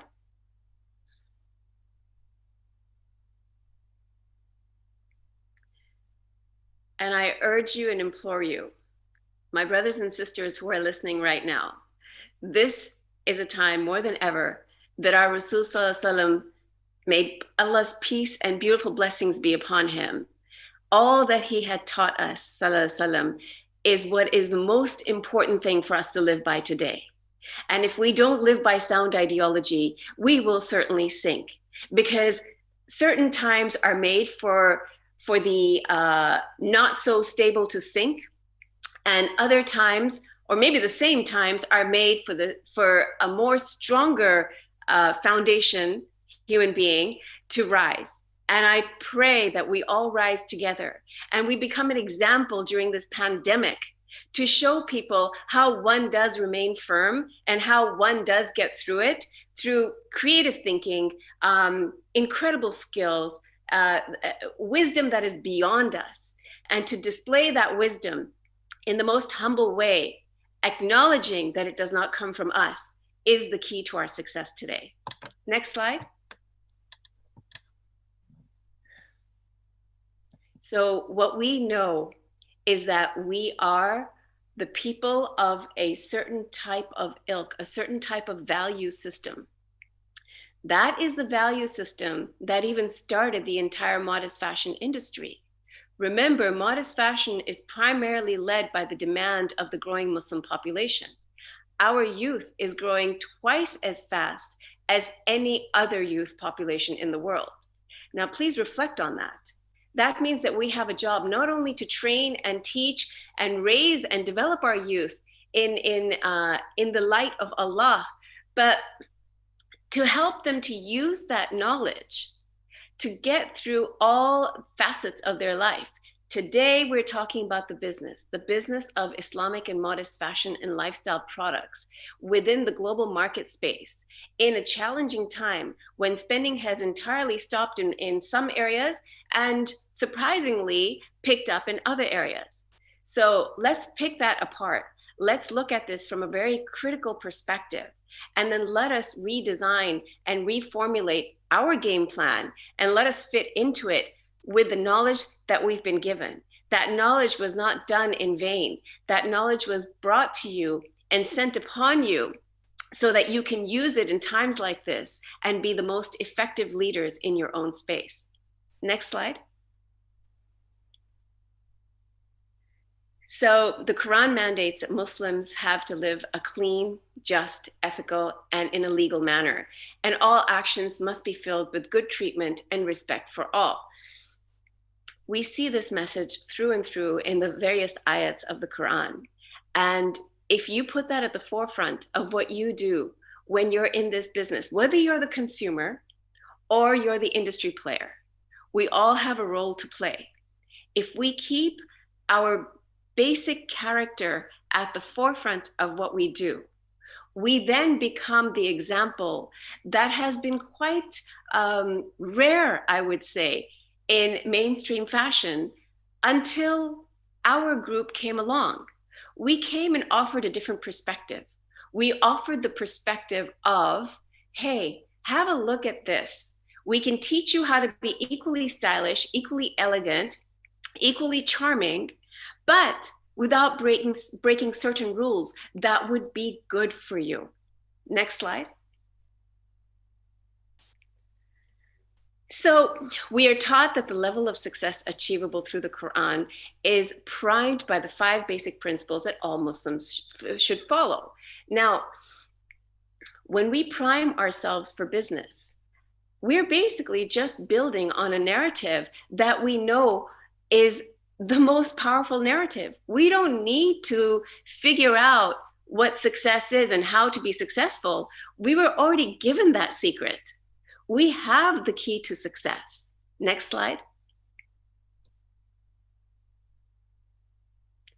So when we talk about the keys to success, I will just paraphrase over here.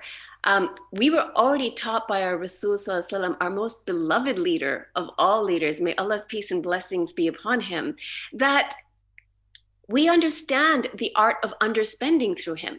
We know that we're not interested in fast fashion. We know that we're not interested in overconsumption. We know that we're not interested in conspicuous spending. We're interested in upcycling. We're interested in sharing. We're interested in ethics and, even swapping clothing. That's been done since the beginning of time. And we know what beneficial living looks like. We know what tayyib living looks like. And we've heard from Dr. Sapta and our beloved sister, Barbara, what halal is all about and how we should wrap our heads around these concepts and how we should make them a reality, not only in our lifestyles, but also in the work that we do.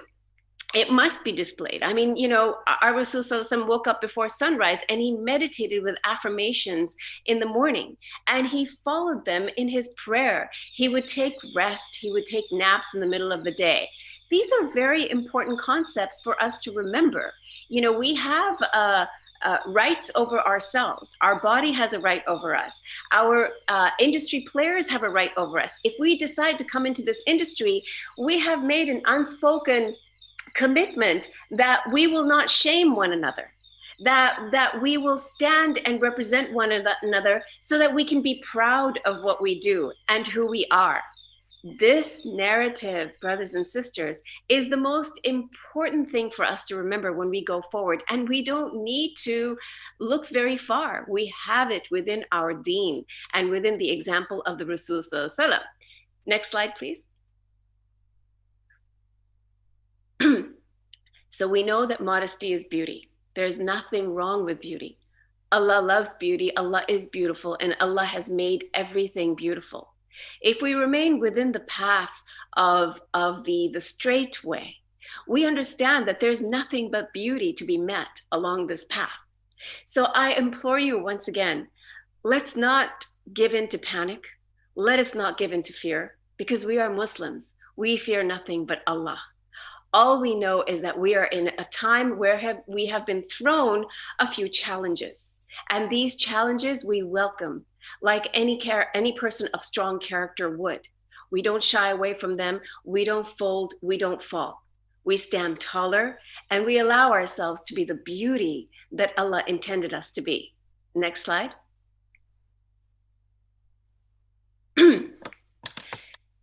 By default, we have become each other's third space.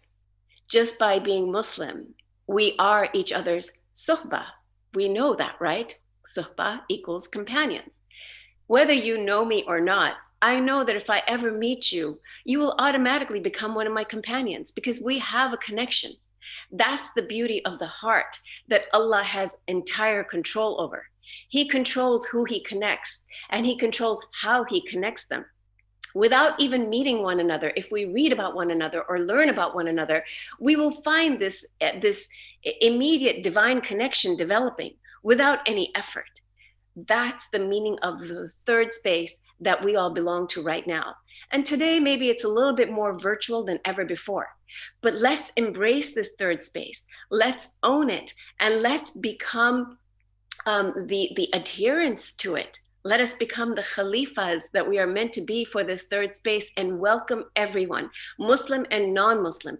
And our fashion allows us to do that in the most effective way, because fashion is nothing but fun. It's beauty, it's style, it's exciting. And that's a great tool to make a political and social statement without being offensive. So we can say politically, hey, there is no such thing as Islamophobia in our mind because we don't merit it. We are nothing but seeking purity and goodness. And let us show you our story through our style. Next slide. For Muslims, hope has come in the face of modesty. I think we all remember not too long ago when there was really no such concept as modest fashion. There was no such idea as modesty because it was taken to mean other things, and it was a very rarely used word. Today, it's so often used. Islamic fashion, modest fashion, halal lifestyle. These are words that you're even seeing in places like Vogue and Harper's Bazaar and some of the leading magazines or even television shows, where we would never have imagined that it would reach all corners of the world like that. It has reached the most non-Muslim of countries, the countries that have been maybe the most xenophobic, and somehow Allah has brought us to them with respect. Let us embrace this respect. Let us be grateful for this respect. And let us use this respect that we have built for ourselves to be the leaders in today's time of challenges more than ever before. Next slide. So in my closing, I'd like to say that Islamic fashion has proven that it does not rely on validation, acceptance, or explanation to justify its existence and success. This is an empowering message for all. Please take that in, take that to heart. We're breaking the bondage with peer pressure, and that's liberating. We're telling the world that we don't need this type of peer pressure to be accepted. We are individuals. We have our own character. We uphold that character, and we are proud of that character, not because it comes from a place of ego. It comes from a place of humility. And that character, that placement that we have is God-given. With the Islamic lifestyle, we can be real, be a unique type of beautiful, and preserve proven values set forth from the beginning of time. And when something is perfect, it never needs to be changed. That's why the system has been given to us from the beginning of time, because it was always perfect. We never had to change it or adjust it. We just have to live by it. It allows us to realize ourselves from seeking the gaze of approval from others. We are not seekers of approval. We don't need anyone's approval but Allah's. Because once we know that we have done right by Allah, inshallah, Allah will lift us in respect and in honor in all of societies. The race is not forward for popularity, only for positive contribution in society. Let us be recognized for that positive contribution. Ameen. Thank you so much. Thank you so much, Ms. Alia Khan, for your beautiful and inspiring presentation. Please give round of applause for Ms. Alia Khan. And I've already taken a few notes from your presentation, that everything that describe us as a Muslim can be reflected from what we wear, what we eat. It can reflect us as a Muslim. So there are no reasons for us to be afraid to show that we are Muslim. We should be proud and also strong to show to the world that we are Muslim. Also, the creative thinking and technology are the only way to solve our problem right now, especially in the pandemic COVID-19. Right, Ms. Alia Khan? I can't emphasize enough the importance of us getting at the forefront of technology. And I know that that might be a daunting idea for many people, especially if you think, oh no, I'm just a creative person and I'm just an artist and I don't know anything about technology. I can barely work my own email. and I would say to them that any idea you come up with can very easily have a technological component. And technology is today's currency. Why not look into it a little bit? Why not empower yourself? Because that's where it's going. And let us show people that our ideas can indeed have that component so that it has that staying power, because that's what technology says today. Yes, true that. So we can use technology in every way of our life, especially during this pandemic COVID-19 to solve our problem. All right, now we move forward to the next presentation. I'd like to invite our second panelist who is very well known in fashion industry in Indonesia. Please, Chairman of Indonesia Fashion Chamber, Mr. Ali Harisma.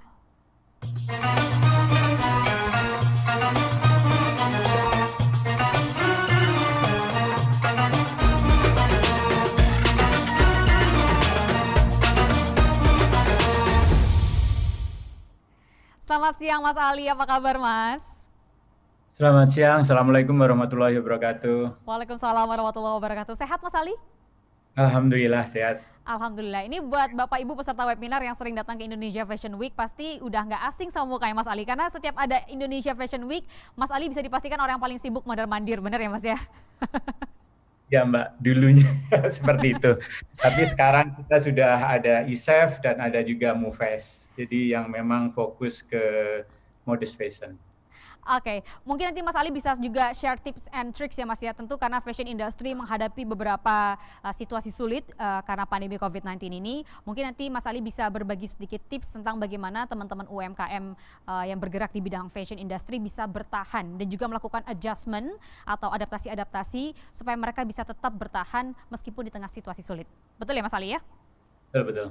Alright then. So Mr. Ali Harisma, are you ready with your presentation? Yes, I'm ready. All right then, Mr. Ali Harisma, the stage is all yours. Yeah, thank you, lady. But before I start my presentation, I would like to thanks to Bank Indonesia. I've been really honored to be part of this webinar, and I hope I can share my experience and my idea about the modest fashions and the future of the fashion industry in Indonesia. Before I go through my presentation, I would like to kind of like push. Here we're talking about a what is sustainable fashion and also global trend.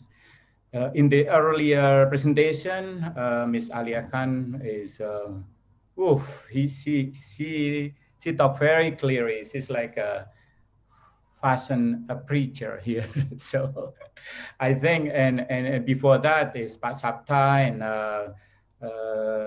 Ms. Barbara from Spain also speak about halal industry, and I think all of this is related, and one of the important product is fashion, and I think I will focus on this one, and the one I think I know some of the trick because I've been around here quite a while.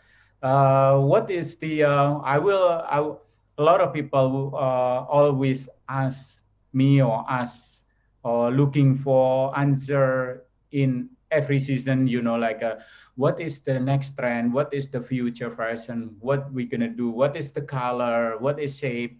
So this is the old question. For the new question is, fashion now is very seasonless. We don't have much season anymore, and we don't overproduce. Of course, we don't do a lot of collection, full of collection. A lot of people will do small collections, made to order, ready to wear, and all. I think most of the people who read about fashion, I think they will know. And this is what is the future fashion from my perspective, is to slow down the fast fashion. Why I say it's not only me who say slow down the fast fashion. The fast fashion is taking over the world. I will explain to you a little bit in my presentations and how I think before I go to my presentation, I give you the idea how can we slow down the fast fashion. We slow down with the fast fashion with ethical and with our identity. Ethical is how we made our product, is ethical, ethical way how to make our fashion product.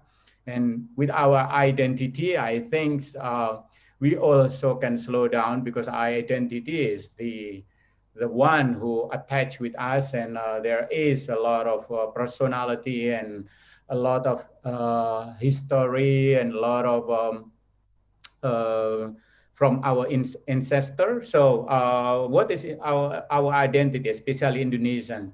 As Indonesian, our identity is our culture and our traditional textile in fashion industry. The culture, the Indonesian culture, is very, very important in our fashions, and it's been and become an inspiration to the one of the biggest designer in the world. There is Batiks and ICAT who been get inspired by a very important designer, a famous international designer. So what about our designer? What about the small business enterprise Indonesian? We should believe. If they believe, we also need to believe that our culture and our local textile is very important.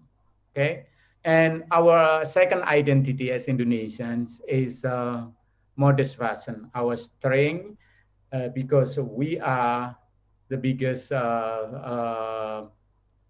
Muslim population in the world, so we have an identity as a fashion in fashions, which is modest fashions, and this one is generate a lot of business in Indonesia, and hopefully we also can collaborate and we can do a lot of business globally.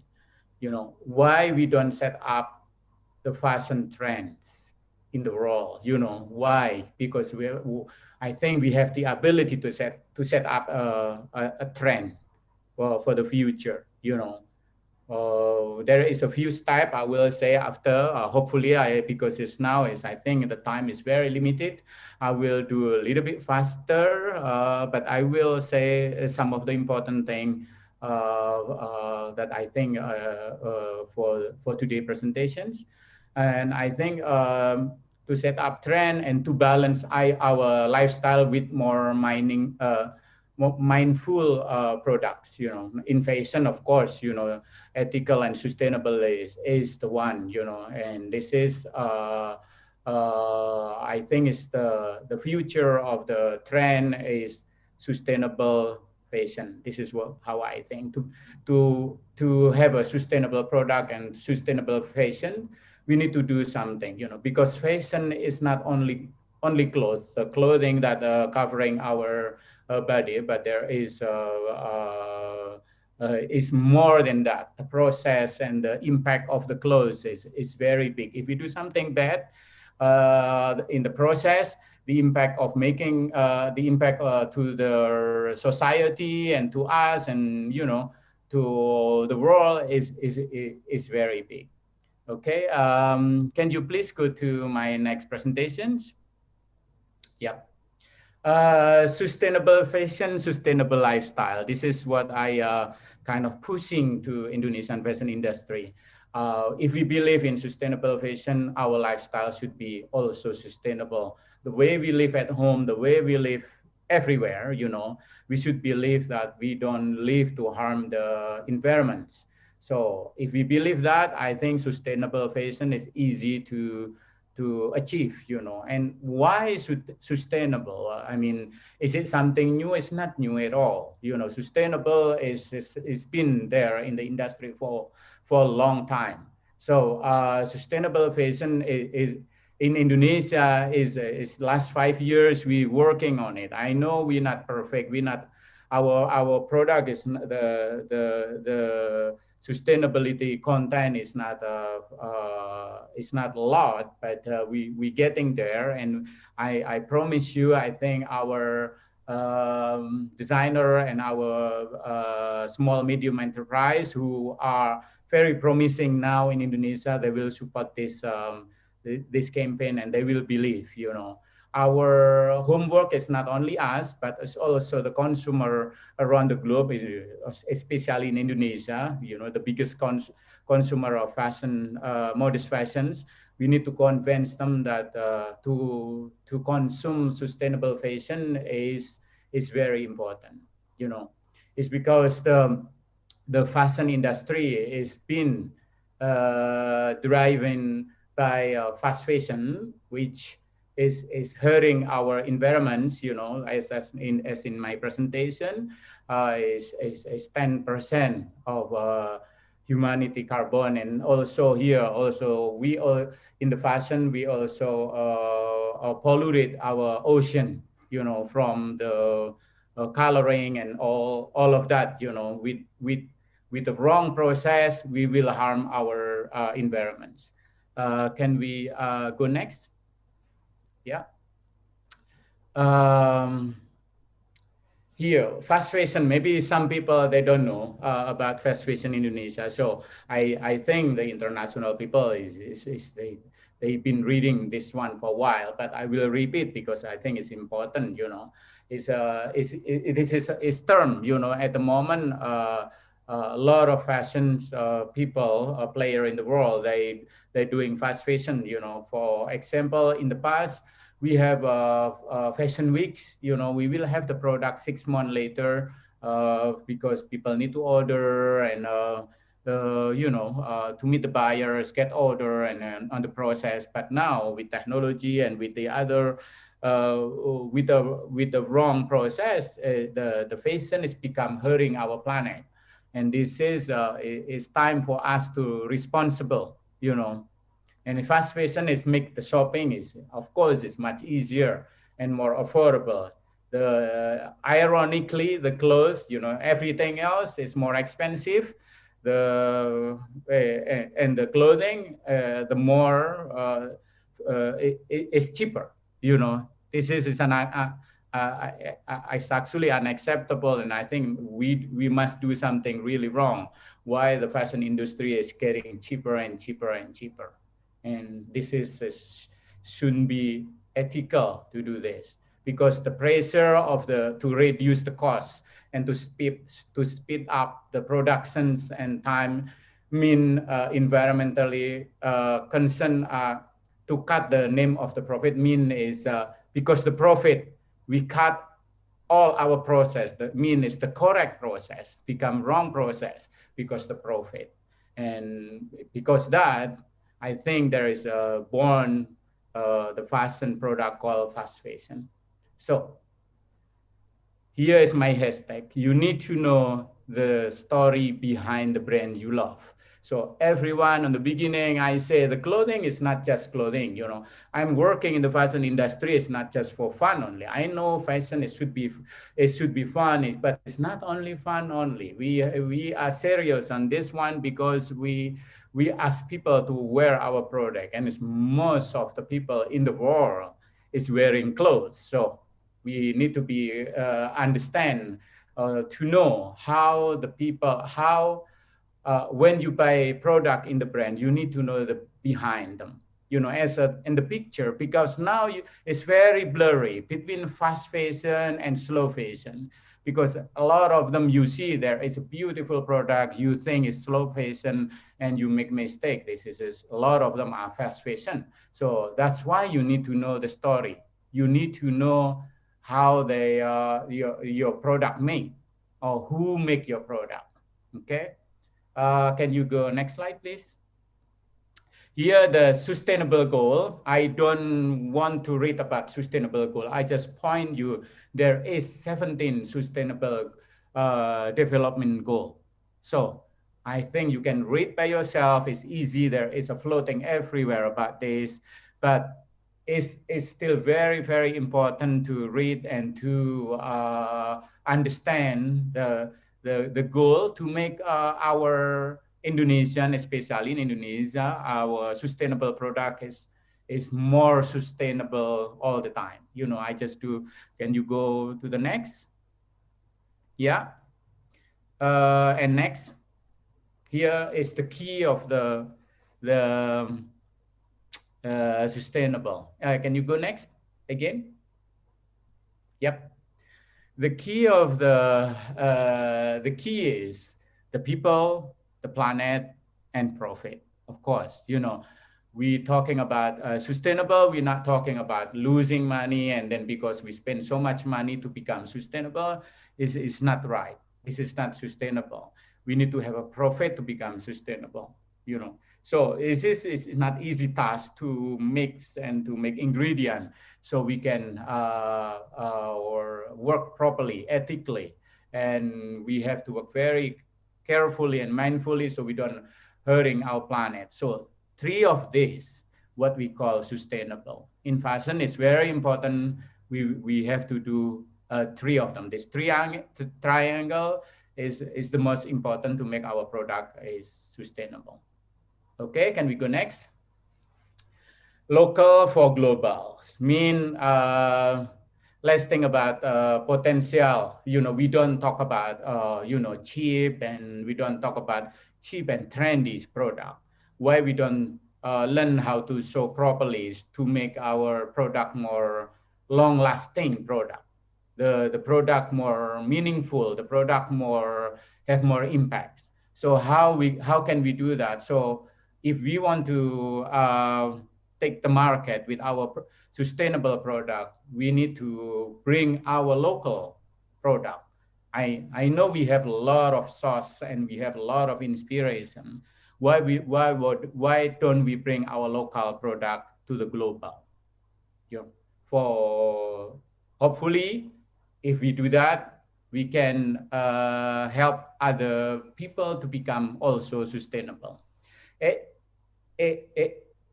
There is a lot of a phrase and a lot of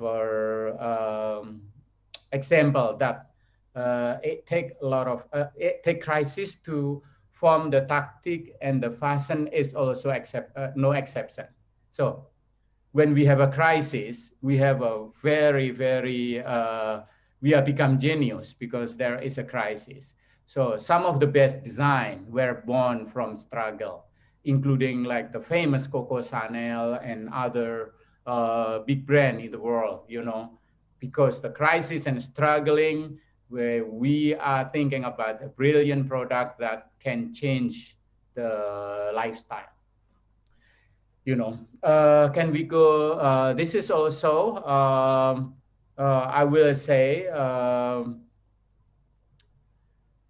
in the history, you know, this is what I said before. We need to have wake up call, you know, and the wake up call is now. Now is the wake up call that we need to collaborate. We need to rethinking with what we're doing. If we're doing something hurting to others, including our planet or our neighbor or family. So it's very important in the fashion industry, as I said in the beginning, we have to work ethically. Let's go next. So I don't want to take a lot of time. The new trend, what is now is about online and sustainable. I think word sustainable is not only just a nice word, but is very important word. And everything now we can touch by online to make it easier and faster. And I know you know what I mean. Is technology. We need to use technology, and sustainable mean we need to balance. We cannot overuse in everything. You know, technology or everything. If you don't balance it, then it's not become sustainable. That's what I think is what should be now. And next. To become one of the world fashion destination, Indonesia is have a dream to become one of the world fashion destination, especially modest fashion, you know. And I think Indonesia is ready. Our fashion industry is ready to collaborate with the world. So small step make a big, huge difference. So I hope by sustainable, we can make a big difference in our industry. Thank you. All right, please give round of applause for Mr. Ali Harisma for the presentation. Mas Ali, I already take a few notes from what really important from your explanation that people, planets, also profits are the key to sustainable fashion, and sustainable fashion is the future of our fashion. Also, one of the most important thing that we have to also remember is local for global. For every fashion industry, especially in Indonesia, how we make our local product to be well known globally from its factor maybe, or from the fabrics, from the quality that made is the product become something that wearable all around the world. Right, Mr. Ali Harisma? That's the point, Yes, right? it's correct. Yes. All thank right you. then. Okay, now we are going to go to the question and answer session, and there are two attendees that are going to live with us. Now I'd like to go to first our attendees, Mr. Irshad Kader, the CEO of Global Think from Australia. Are you there? Yes, I am there. All right. Hello. How Good are you? afternoon, Mr. Irshad. What time is it in Australia? Thank you. And it is 7:17 p.m. 7 a.m. in the morning? 7:17 p.m. In the evening. Oh, in the evening in Australia. In which Yeah, part of that's right. Australia do you live in? In Sydney, Melbourne? I'm in Sydney. I'm You're in Sydney. Sydney. Wow, what a beautiful city. All right, Mr. Thank Irshad, you. you can mention to whom panelists you want to ask, and then you can go with your question. The time is all yours, Mr. Irshad. Thank you. Actually, my question is to Sister Alia. And first of all, let me thank Dr. Gupta for Dr. Sapta for organizing this wonderful session, and he always does with his efficient team.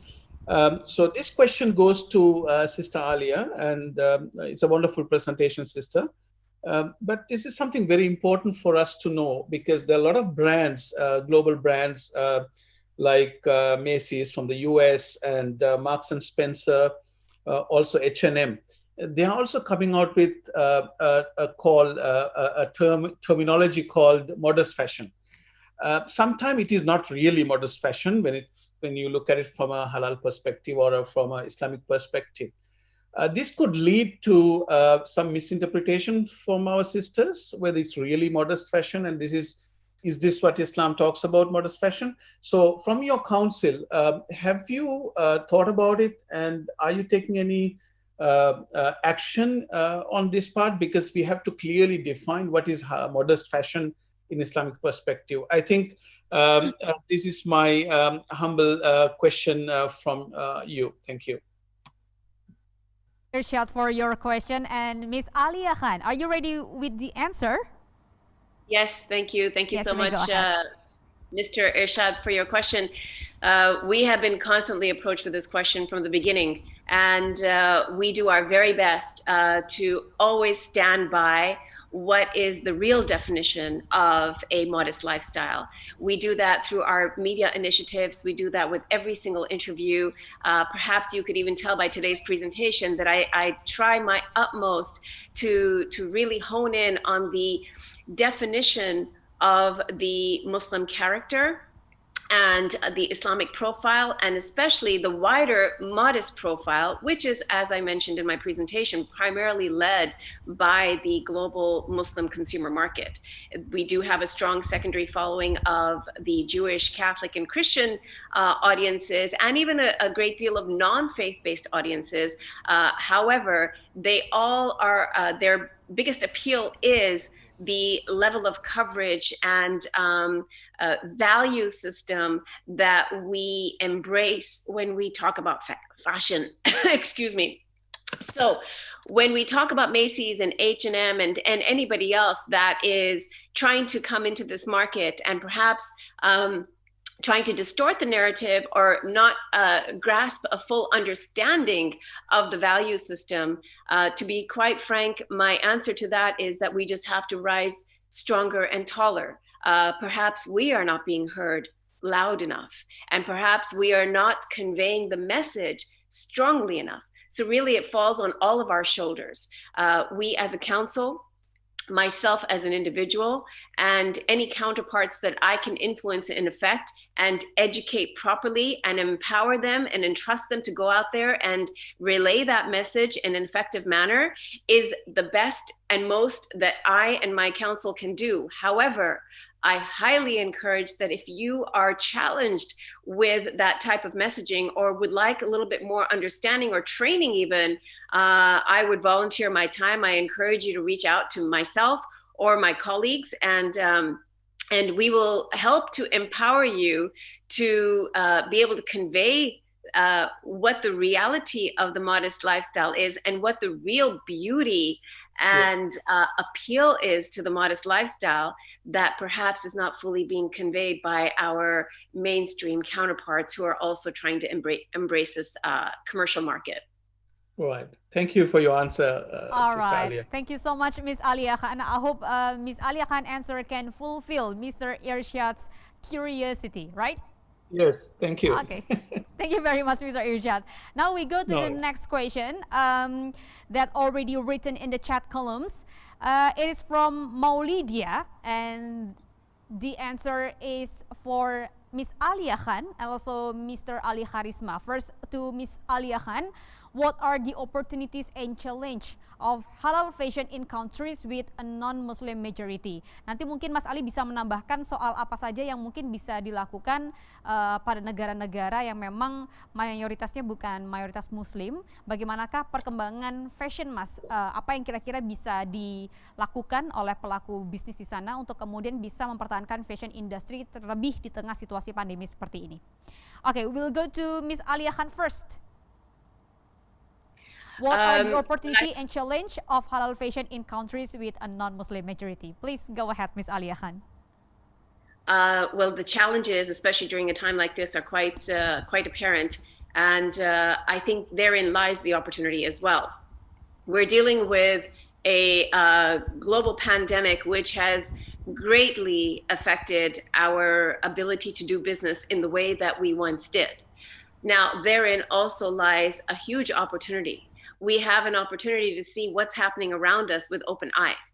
We can see where the fear is. We can see where the most affected areas are, especially when we're talking about non-Muslim majority countries. This is an opportunity for us to speak a little bit more about the opportunity that still remains in modest fashion and still remains quite strong. So I would say that we need to take a step back. We need to see what is the current challenge. For example, at the moment, we know luxury has really failed. Luxury usually tends to be the first victim of an economic demise, and that's what we're seeing right now. Luxury is struggling quite a bit. We're seeing that professional wear is struggling. We're also seeing that anything to do with occasion wear, like a wedding or parties or whatnot, that is also not doing as well as it once was.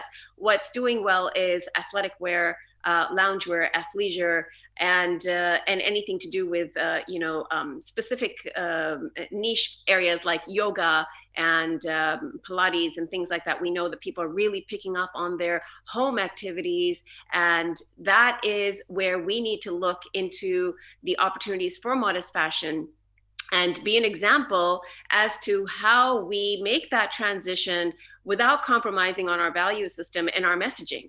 So please put that messaging at the forefront, because sincerity is a power. And if you remain true and sincere to who you are when you put your work out there, the narrative becomes clearer and clearer. And that therein lies the solution to Brother Irshad's concern, which is a very valid one, is that what's happening when our message gets hijacked by the message of those that don't really have an understanding of what we stand behind. And so this is a quieter time around the world. Hence, your voice will be more greatly heard, inshallah. Thank you so much. Wonderful. Thank you so much, Ms. Alia Khan, for your explanation. And I'd like to go to Mr. Ali Charisma. Maybe you would like to add some explanation about the opportunity that people can see, or the fashion industry can see, especially in the country with a non-Muslim majority. Please, Mr. Ali Charisma. Yes, the challenge, thank you, lady. I think the challenge is to adjust, to the market, because most of the, what is the difference between our product and their product? Their product is the non-ethical, or the product that we made, and the product what they made. The difference is the process. The challenge is to convince the consumer to see the process, how we make our product. This is the huge challenge for us, I think. We can design and make a similar product, but I think a lot of consumer, they don't know the difference, which one is better product. And also, just for you to know, I think we all understand and already know that a lot of most of the market, fashion in general, I think is consumed by a lot of Muslim people as well.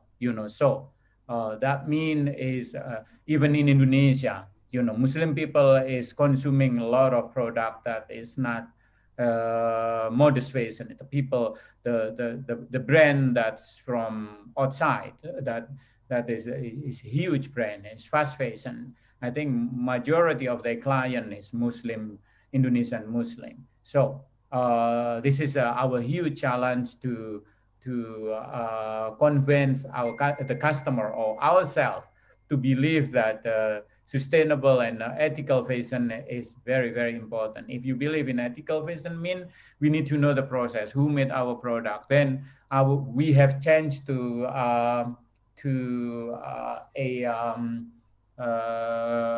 compete healthy in the world, I think. So the difference is the process. The challenge is to convince our customer. Thank you, lady.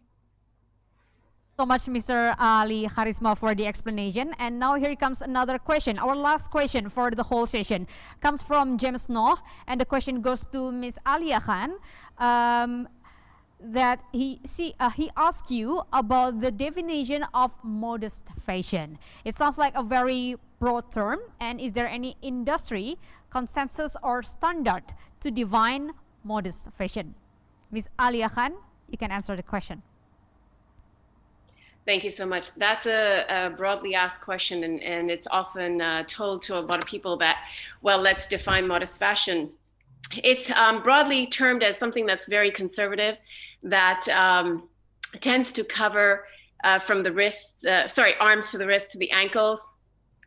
I think it's there's no compulsion in religion, so we're looking at a industry that allows.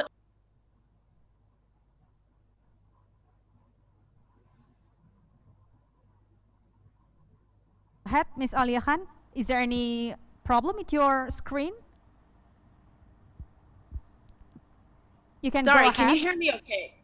Yes, we can hear your voice. So sorry, I lost sound for a while there. So, there's no compulsion in religion, and I think that's a very important message when it comes to modest fashion. It is left to the interpretation of the consumer. However, if we study this a little bit more deeply, we don't, in my counsel anyway, preach people that they must cover a certain way. Everybody's on their journey. Everybody can understand and see what the base guidelines are. Whether they're ready to even wear a loose scarf on their head or a full hijab, or even go, as far as they think that they should go on the coverage, is entirely up to them. It is their own personal journey based on a personal relationship with their Lord. That is the first and foremost.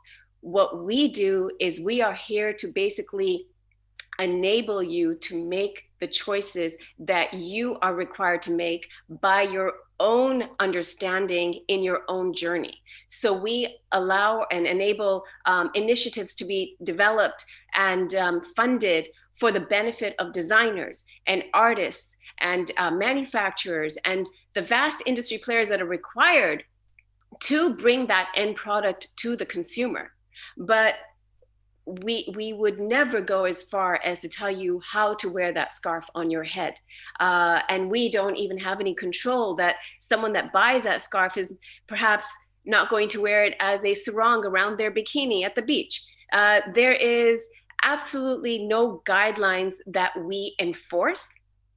We have been told and asked many times by several government partners that we should put out some sort of guidelines and some sort of an explanation. Whilst we do answer the question when we are asked, what are the basic guidelines for modest dressing?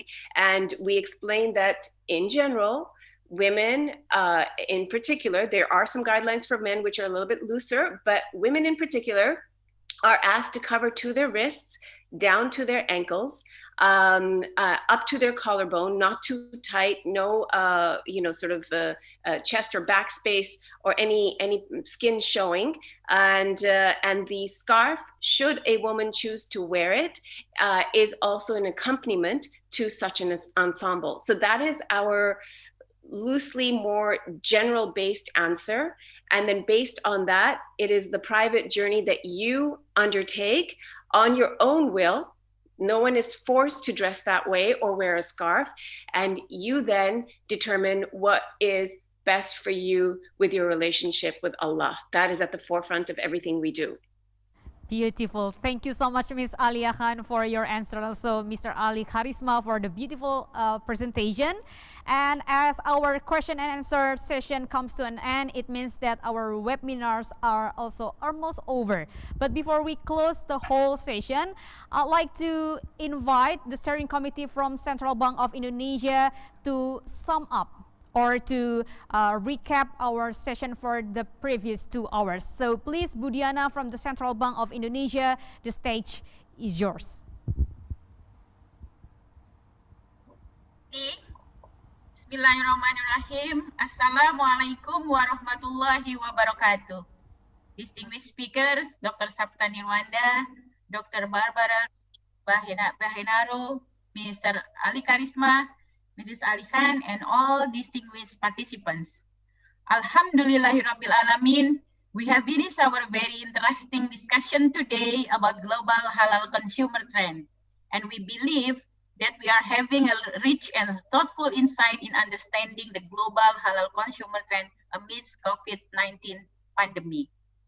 We have noted some issues that we can conclude from our discussion today. First, we are realized that the pandemic COVID has an impact on the increased risk of a global economic recession in 2020, where trade volumes have decreased in line with a falling demand. Many countries are locked down or restricted movements on their citizens, which causes a halt for many businesses such as tourism, restaurant, and even including Islamic fashion sector. Due to pandemic, tourism and finance are the most hurting globally. In nowadays, when one's traveling, they will first concern about the health protocols and facilities in the travel destination. There is also an effort of certifications in the travel destination to attract more tourists, as in ensuring tourists that their travel destination is safe by health protocols. Most affected sectors, aviation, hospitality, MSMEs, but many able to sustain by using online marketing strategy. Second, having the condition, consumers still have optimism and do some adjustment, including rise of the number activity online replacing halal tourism, with some transaction is facilitated with e-commerce, And today, Dr. Barbara introduced us about Q-commerce or quick commerce, such as Gojek. Quick commerce opens opportunity to halal outlets. Most of them are small outlets and the number is increasing. There is a potential for halal business to grow. However, if we implement halal quick commerce, the model of consumption will change, which will affect the value chain. And the existence of Q-commerce has an impact on social life, impact on employment, impact on environment and technological inclusion, technological exposure, and increasing financial power. For the future, we should be careful for the negative impact, particularly that ethical aspects of the value chain be part of the productive side of commerce and establish partnership to ensure food sovereignty and integrity. Third, from the industrial perspective, some Sharia business players from Islamic fashion sector have tried a new strategy facing several challenges for changing demand and market. The pandemic urged halal fashion industry to stay true to the modest fashion according to the Islamic values while being creative in business. Indonesia has campaigned to make Islamic fashion sector to be more sustainable and become to be a halal lifestyle. Demand that ethical aspects of the value chain are implemented and respected. We have already done the initiation and we do hope that it will be a global campaign also in order to reach the sustainable development goals. And last, there are at least 7 recommendations that we can do. The first one is IT technology to ensure the health and safety protocols in tourist destination. Second one is marketing innovation to educate and attract local tourists and also to educate the local communities. The third, educate the tour operators and local government to create more outdoor activities in tourist destination. Fourth, how business should be innovative, inclusive, and ethical. Fifth, halal fashion industry should be emphasized on creativity, quality, and Islamic values and ethics. Sixth, halal fashion industry should also use technology to move forward. And seven, the effort could not be implemented partially. Close cooperation between the relevant institution and authorities, both domestic and international, is required to effectively implement strategy and programs. Thank you very much for your attention and participants. And inshallah, from now, we try to establish our new spirit, our new friendship, our new partnership, new optimism to enhance our power facing the new era together. Wabillahi taufiq wal hidayah. Wassalamualaikum warahmatullahi wabarakatuh.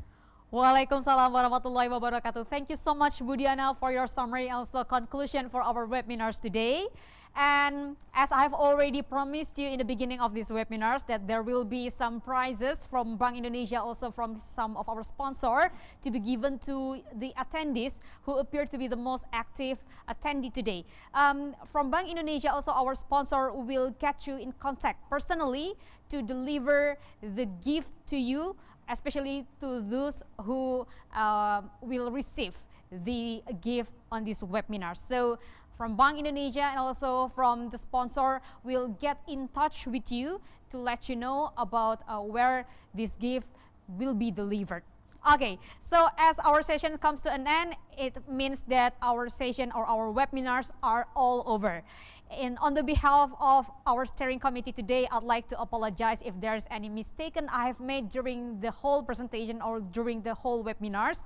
And also I would like to thank you for being so attached to these webinars, and hopefully these webinars will bring a lot of benefit to each and every one of us.